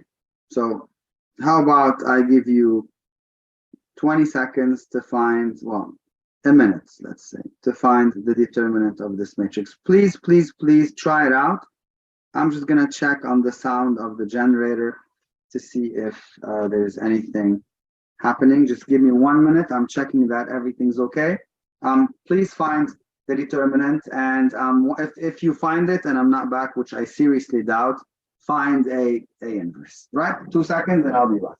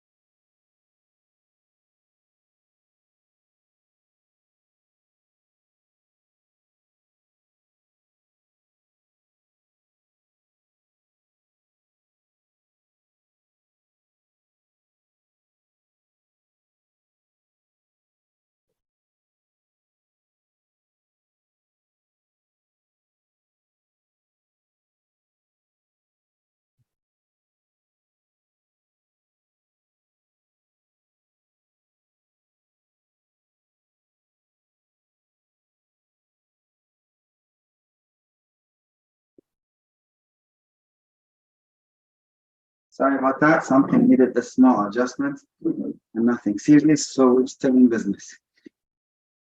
Okay, so let's see the determinant.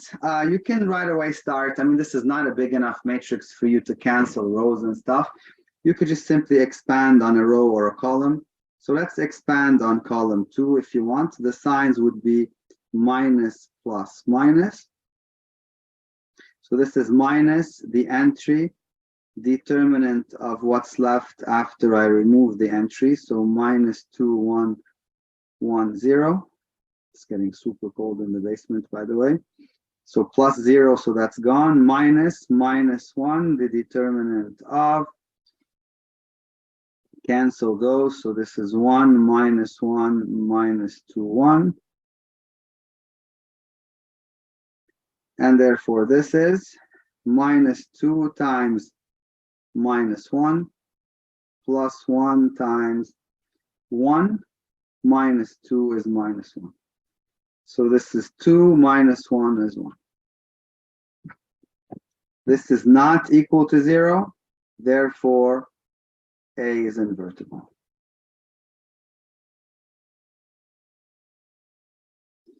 Okay, let's find the inverse of A. That's a good inverse practice.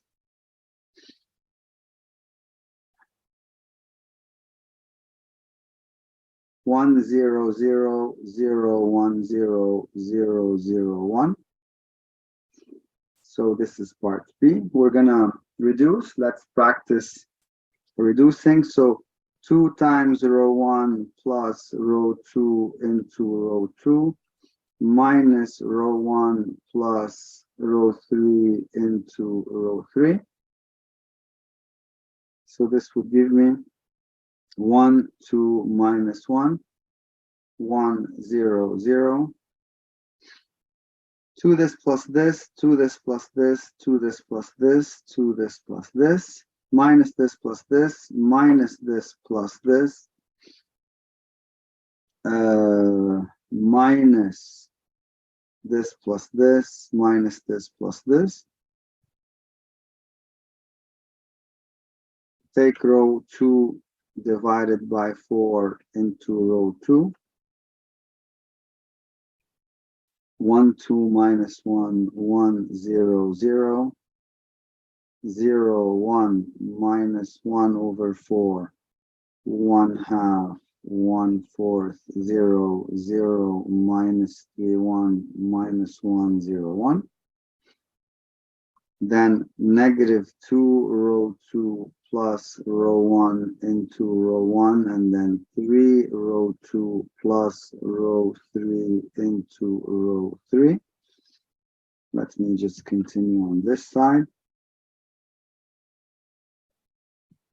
So that would be 0 1 negative 1 4th 1 half 1 4th 0.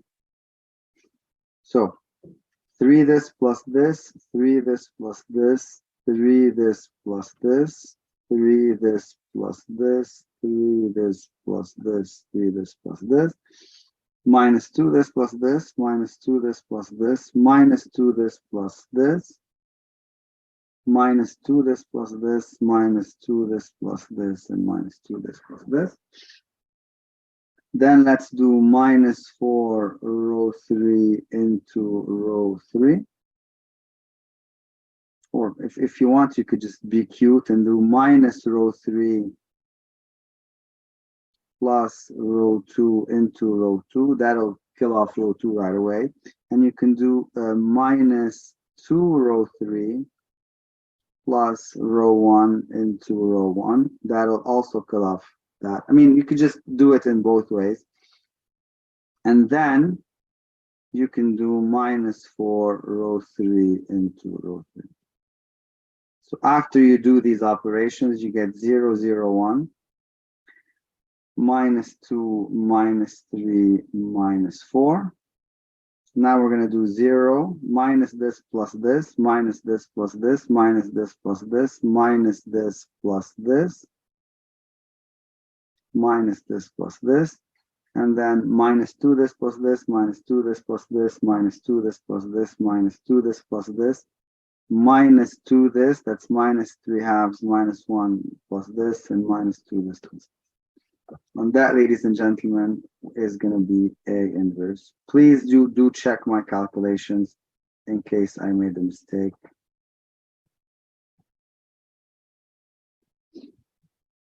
And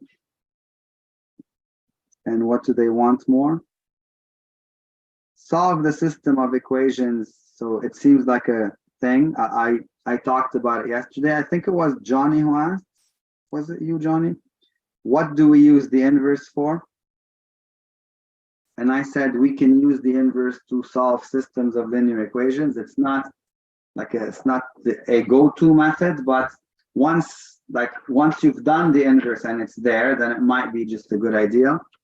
So look, this system is 1, 2, minus 1, minus 2, 0, 1, 1, minus 1, 0, times x, y, z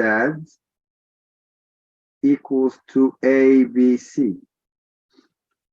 Every system of linear equations can be written as a, which is the coefficients, times big X, which are the variables, equals to b, which is the right-hand side. And as I said yesterday, if the inverse exists, then you can multiply by A inverse on this side and A inverse on this side. A inverse times A, that's the magic of the inverse. It gives you I. So Ix is equal to A inverse B. And I is just the identity. So I times X is X. So X is A inverse B. So basically your X, Y, Z, which are your variables, X is the variables, is A inverse, which we found here.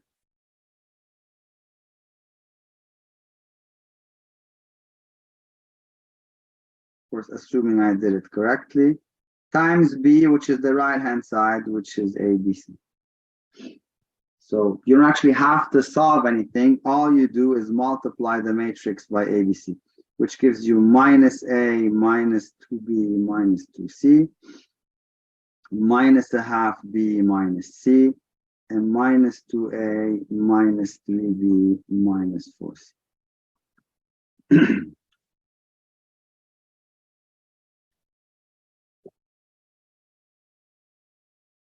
We got that?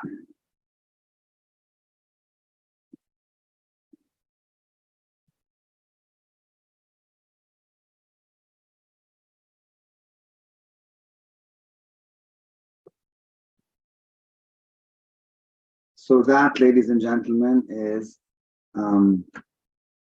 practice about systems, solving, how do we use the inverse. This is excellent practice. The only practice left for me to do, honestly, is some practice about linear independence, which even though I did it in the recorded part, I want to do at least 1 or 2 more problems. A generating set, the idea of basis, and the idea of dimension. I would like to include at least 1 or 2 problems about this. Then I'll just take your questions. First, is it okay if we take a break? It's been a while since we took a break. Are we okay taking just a break of 10 minutes? Because there's really not a lot. So we take 10 minutes. We come back, we do about half an hour, and that finishes everything.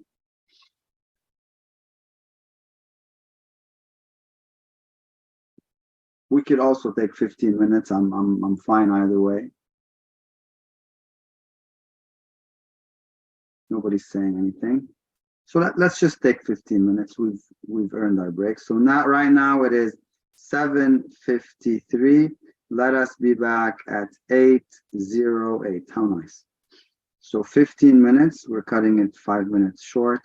And then after the break, I'm gonna practice these topics and then take questions, and that's absolutely everything APSC 174. If you have questions you'd like me to solve, I am more than happy to solve them for you. Just let me know what they are.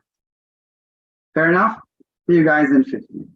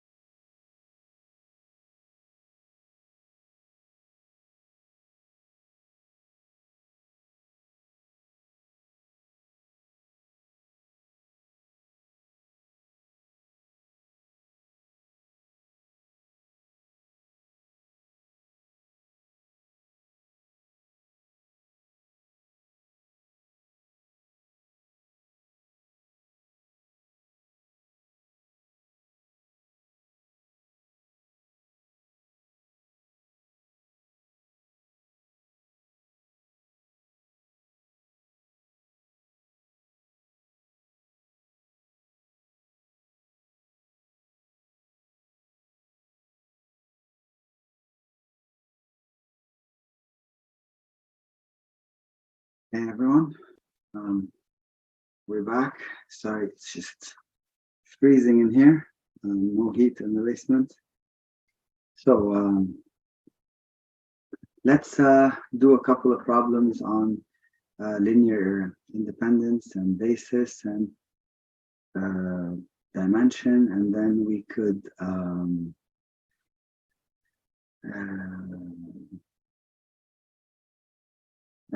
just call it a session. Sorry, I was just getting the list of problems here. So let's say, sorry, I'm gonna pick up a problem from here. So APSC midterm 2, let's say. These are the questions that they asked us. This one we did. Let's do, for example, this one. This is from 2022. It's a question about generating set, linear independence, basis, dimension. Again, I solved these problems in the part 3, which is posted already for you. But since we have more time, I figured I would be helping you with this. We'd do some extra problems. So consider the vector space P2 of R, which are polynomial functions of degree at most 2. So it has the form A plus bx plus cx squared. Now consider the following polynomials. Determine if P1, P2, P3 is a generating set. Determine if they are linearly independent, and determine the dimension of P2 of R. Now, we can look at this as functions, but P2 of R is basically the same thing as R cubed. If you wish, you could have done this as R cubed, where instead of writing the function A plus bx plus c, you can write it as a vector ABC. So for example, P1 would be the vector 0, 0, 1, 0 plus 0x plus 1x squared. V2 is 0 plus 1x plus 2x squared. And V3 is 1 plus 2x plus 3x squared. Now, as I said in the midterm 2 session, these are 3 vectors in R3. So if they are a generating set, they will be linearly independent. And if they are linearly independent, then they are a generating set. Now they're asking you to prove it, so we will prove it, but you already know the answer. Because if they're a generating set, they'll be independent. And if they're independent, they're a generating set. Because they are 3 vectors in R3. So the 3 matches the 3. So let's work with them as polynomials, but we could also work with them as vectors, but I'll choose polynomials. So P1, P2, P3 is a generating set for P2 of R if any A plus bx plus cx squared can be written as, let's say, alpha 1 P1 plus alpha 2 P2 plus alpha 3 P3. So this would be equal to A plus bx plus cx squared for some alpha 1, alpha 2, and alpha 3. Basically, if I can find alpha 1, alpha 2, and alpha 3 in terms of A, B, C, then that's possible. So for any A, B, and C, would I be able to do this? Meaning, the goal here is to find alpha 1, alpha 2, and alpha 3 in terms of A, B, C.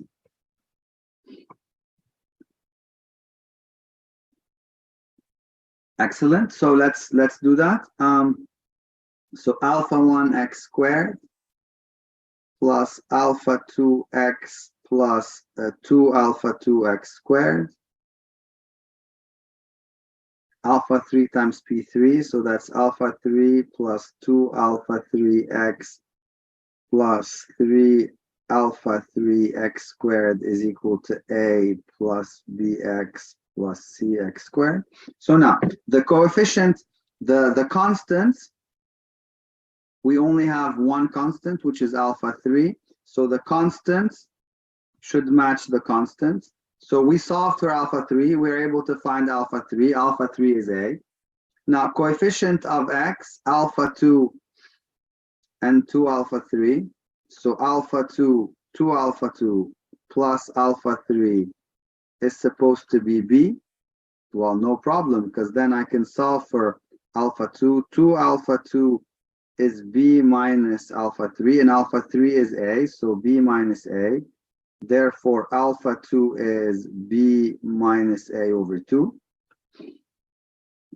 Now, coefficients of x squared, alpha 1, 2 alpha 2, and 3 alpha 3 is supposed to be c. Alpha 1 plus 2 alpha 2 plus 3 alpha 3 is c. Therefore, alpha 1 is c minus 2 alpha 2 minus 3 alpha 3. So c minus 2 times b minus a over 2 minus 3a. C minus b plus a minus 3a. So this is c minus b minus 2a.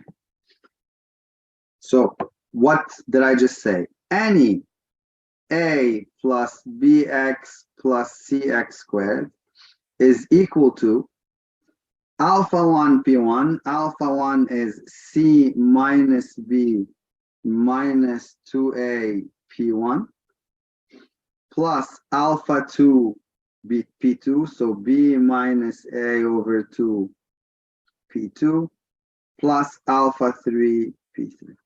So this is equal to this for any a, b, c. Therefore, p1, p2, p3 is a generating set.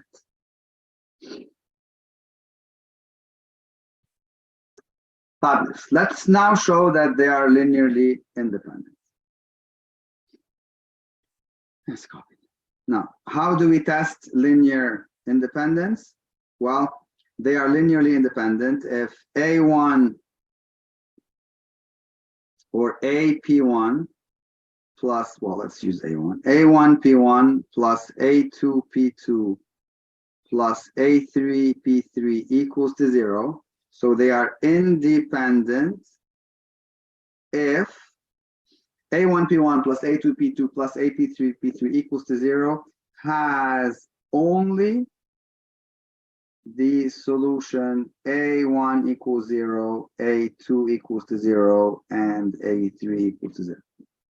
Well, this is right for any x, very important for any x. It's just not like just for a specific x. So A1 times A1 times x squared plus A2 times x plus 2A2x squared, A3 P3, so A3 plus 2A3x plus 3A3x squared is equal to 0. So coefficient of constants is A3, coefficient of x is A2 plus 2A3, coefficient of x squared is A1 plus 2A2 plus 3A3x squared equals to 0. Now, if this is equal to 0 for any x, that means this has to be 0, this has to be 0, and this has to be 0 if it's equal to 0 for any x, right? So that means A3 equals to 0, A2 plus 2A3 equals to 0, which means A2 is equal to 0 because A3 is 0, and A1 plus 2A2 plus 3A3 equals to 0, which means A1 equals to 0. So that's the only solution. Therefore, they are linearly independent. Of course, this is not a surprise for us. As I said, these are three vectors in a vector space of dimension 3 that generate the set, so they must be linearly independent. Determine the dimension of P2. That means what we just found was that P1, P2, P3 is a basis for P2R, therefore the dimension of P2R is equal to 3, which we also knew because P2R is the same thing as R3. Right? We said that P2R, that would be the same thing as R3. So that's an excellent question for linear independence. Let's see. Span linear independence. This is this one we did. This one we did in the session 2. Let's see this. Let's do one with functions like this. Let me see if there's anything more interesting here.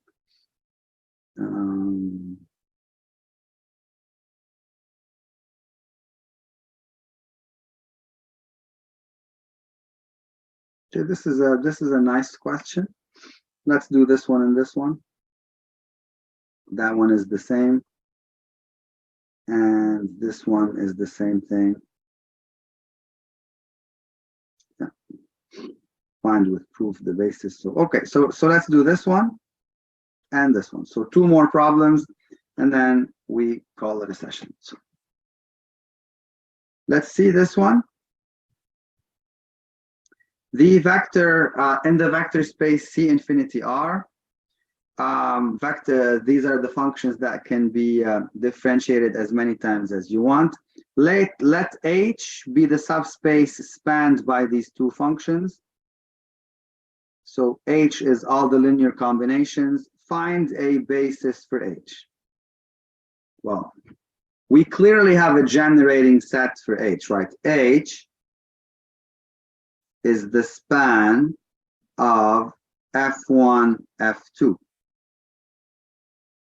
Right, so because that's how it's defined. So clearly F1 and F2 form a generating set for H.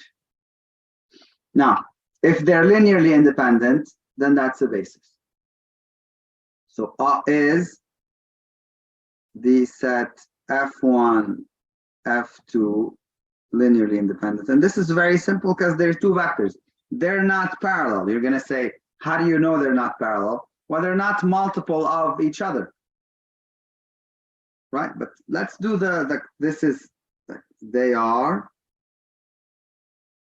because F1 is not equal to a constant times F2. But let's pretend you don't want to use this, you want to use the standard proof. So let's use A1 F1 plus A2 F2 is equal to 0. And if the only solution is A1 equals to 0, A2 equals to 0, then they are linearly independent. So A1 times minus 2 plus 2x minus 3x squared plus A2 times 1 minus 3x plus 2x2 is equal to 0. So that gives me minus 2A1 plus A2 equals to 0. 2A1 minus 3A2 is equal to 0. And minus 3A1 plus 2A2 is equal to 0. So this here you can solve for A2. A2 is 2A1. If you replace it here, you get A2 is 0. And if you replace it here, you get A2 is 0. So basically, the only solution is A1 equals to 0, A2 equals to 0. Therefore, the set F1, F2 is linearly independent. And because they are a generating set, therefore F1, F2 form a basis for H. Which tells you that the dimension of H, now part B is very simple, the dimension of H is 2 because there are 2 vectors in the basis. Now we have this F3.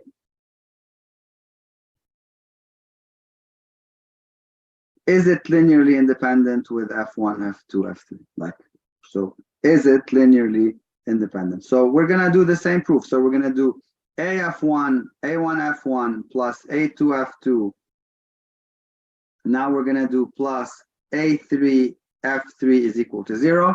And we're gonna check if we get A1 equals 0, A2 equals 0, A3 equals 0, which means they're independent or not. So let's see. This is gonna give me this. And then plus A3 times F3, which is minus 3 plus x minus 4x squared is equal to 0. This is again for any x, for all x. So minus 2A1 plus A2 minus 3A3 equals to 0. 2A1 coefficient of x minus 3A2 plus A3 is equal to 0. And then 3A1 plus 2A2 minus 4A3 is equal to 0. So we can use matrices if you want. This is minus 2, 1, minus 3, 0. 2, minus 3, 1, 0. 3, 2, minus 4, 0. So to get row 1 to be a leading one, we're going to do row 1 divided by minus 2 into row 1. That gives me 1 minus a half, 3 halves, 0.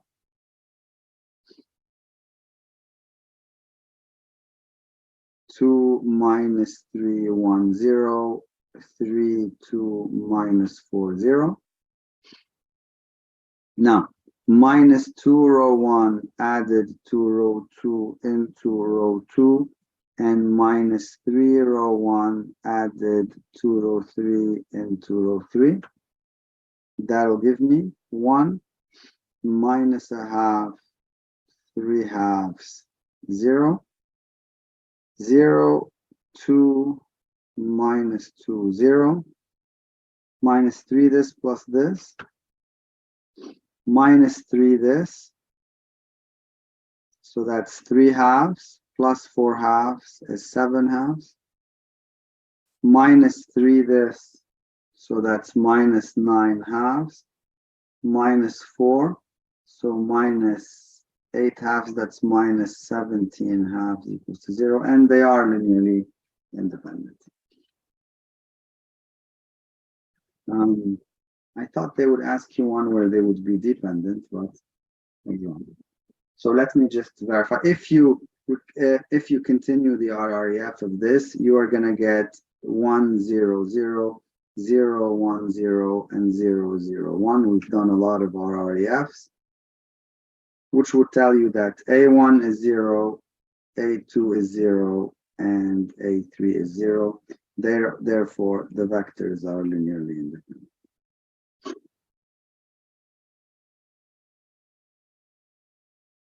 And that's it. I thought they would be dependent, but maybe I did something wrong. It was just a hunch. I'm not basing this on any theoretical thing. Okay, and then last but not least, one example about subspaces. This is a heavy one.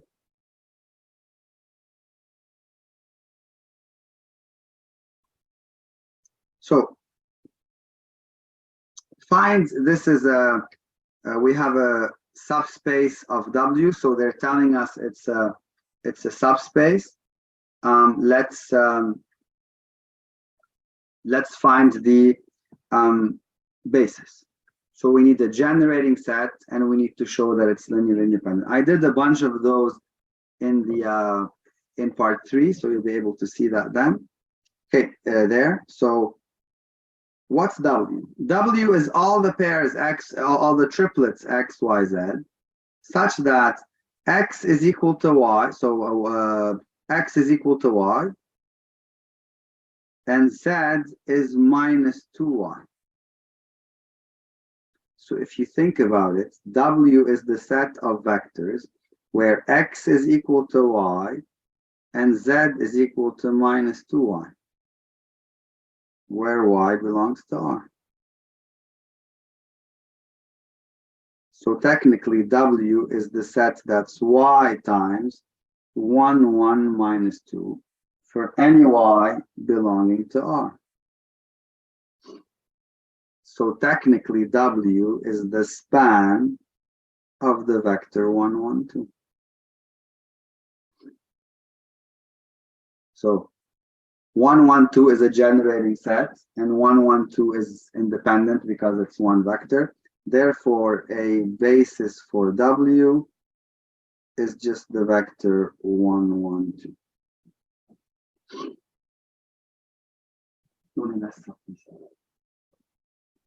Okay.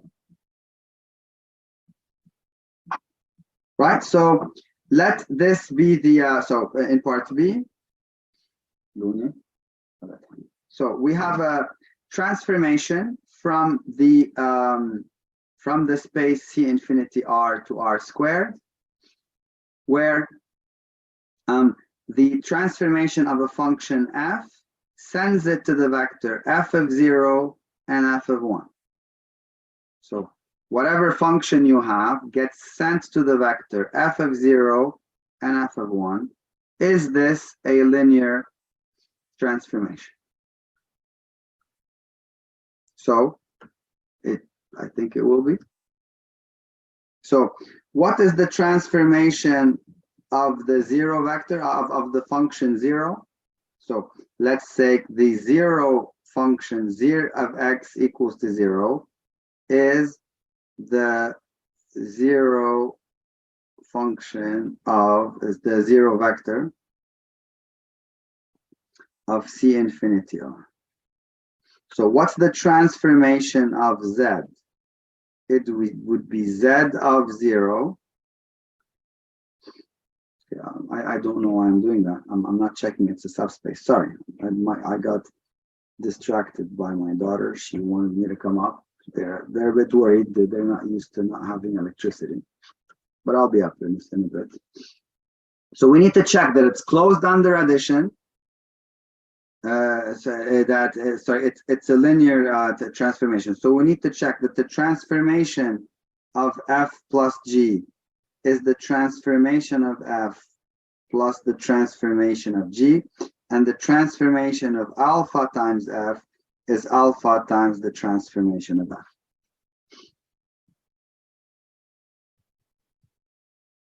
So the transformation of so let's see, what is the transformation of f plus g? It's f plus g at 0, comma, f plus g at 1. And what we know from functions is that f plus g at 0, it's f of 0 plus g of 0, and transformation of function give us f of 1 plus g of 1, which is basically f of 0, f of 1 plus g of 0, g of 1, which is the transformation of f plus the transformation of g. So the first part we checked. Now let's check the other one, the transformation of alpha times f, where alpha is a number. So it's the function alpha f at 0 and the function alpha f at 1. But the transformation alpha f, that's alpha times f of 0, and it's alpha times f of 1, which is basically alpha times f of 0, f of 1, which is basically alpha times the transformation of f. So we check this, we check this, therefore L is linear. Right?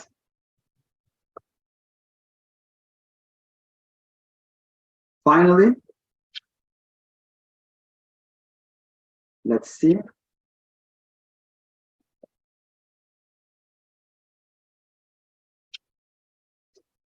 What's the last part? Let V and W be vector spaces. Let V be a linear map. V1, V2 vectors in V. Show that if V1, V2, and V3 is linearly independent and the kernel of L is the zero vector, then L, V1, L, V2, and L, V3 are linearly independent. So let me show you. So here's the question. Let's paste it here. This is a typical question of linear transformations. So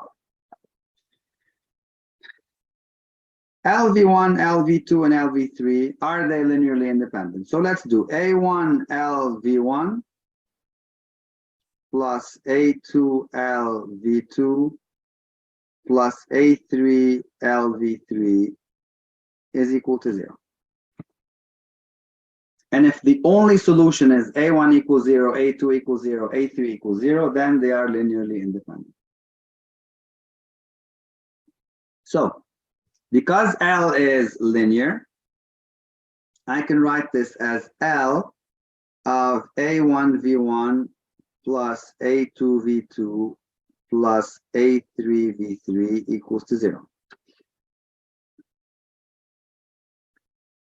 So, since the kernel of L is only the zero vector, that means the only vector that gets sent the 0 is 0. That tells me that A1 V1 plus A2 V2 plus A3 V3 must be 0, because this tells you that the only vector such that L of V is equal to 0, the only vector like this is the 0 vector. So that means the inside here must be the 0 vector. And we know that since V1 and V2 and V3 are linearly independent, that means that A1 is equal to 0, A2 is equal to 0, and A3 equals to 0. Which tells you that LV1, LV2, and LV3 are linearly independent. And that, ladies and gentlemen, is a proof about linear independence. That's absolutely everything and then some. So we covered all the topics. We covered a few midterms. There's a lot of this in part 3 also. We did review a lot of the topics we did yesterday. So I think, I think with a little bit more practice on your end, you will be ready for APS 174, APS-C 174. I'd like to end by saying thank you. And if you have any questions, please do not hesitate to email me at antoine@prep101.com. I will post the notes of this session in a couple of minutes and you'll be able to access them. So thank you very much. Head office, thank you very much, and see you at a later session. Take care, everyone.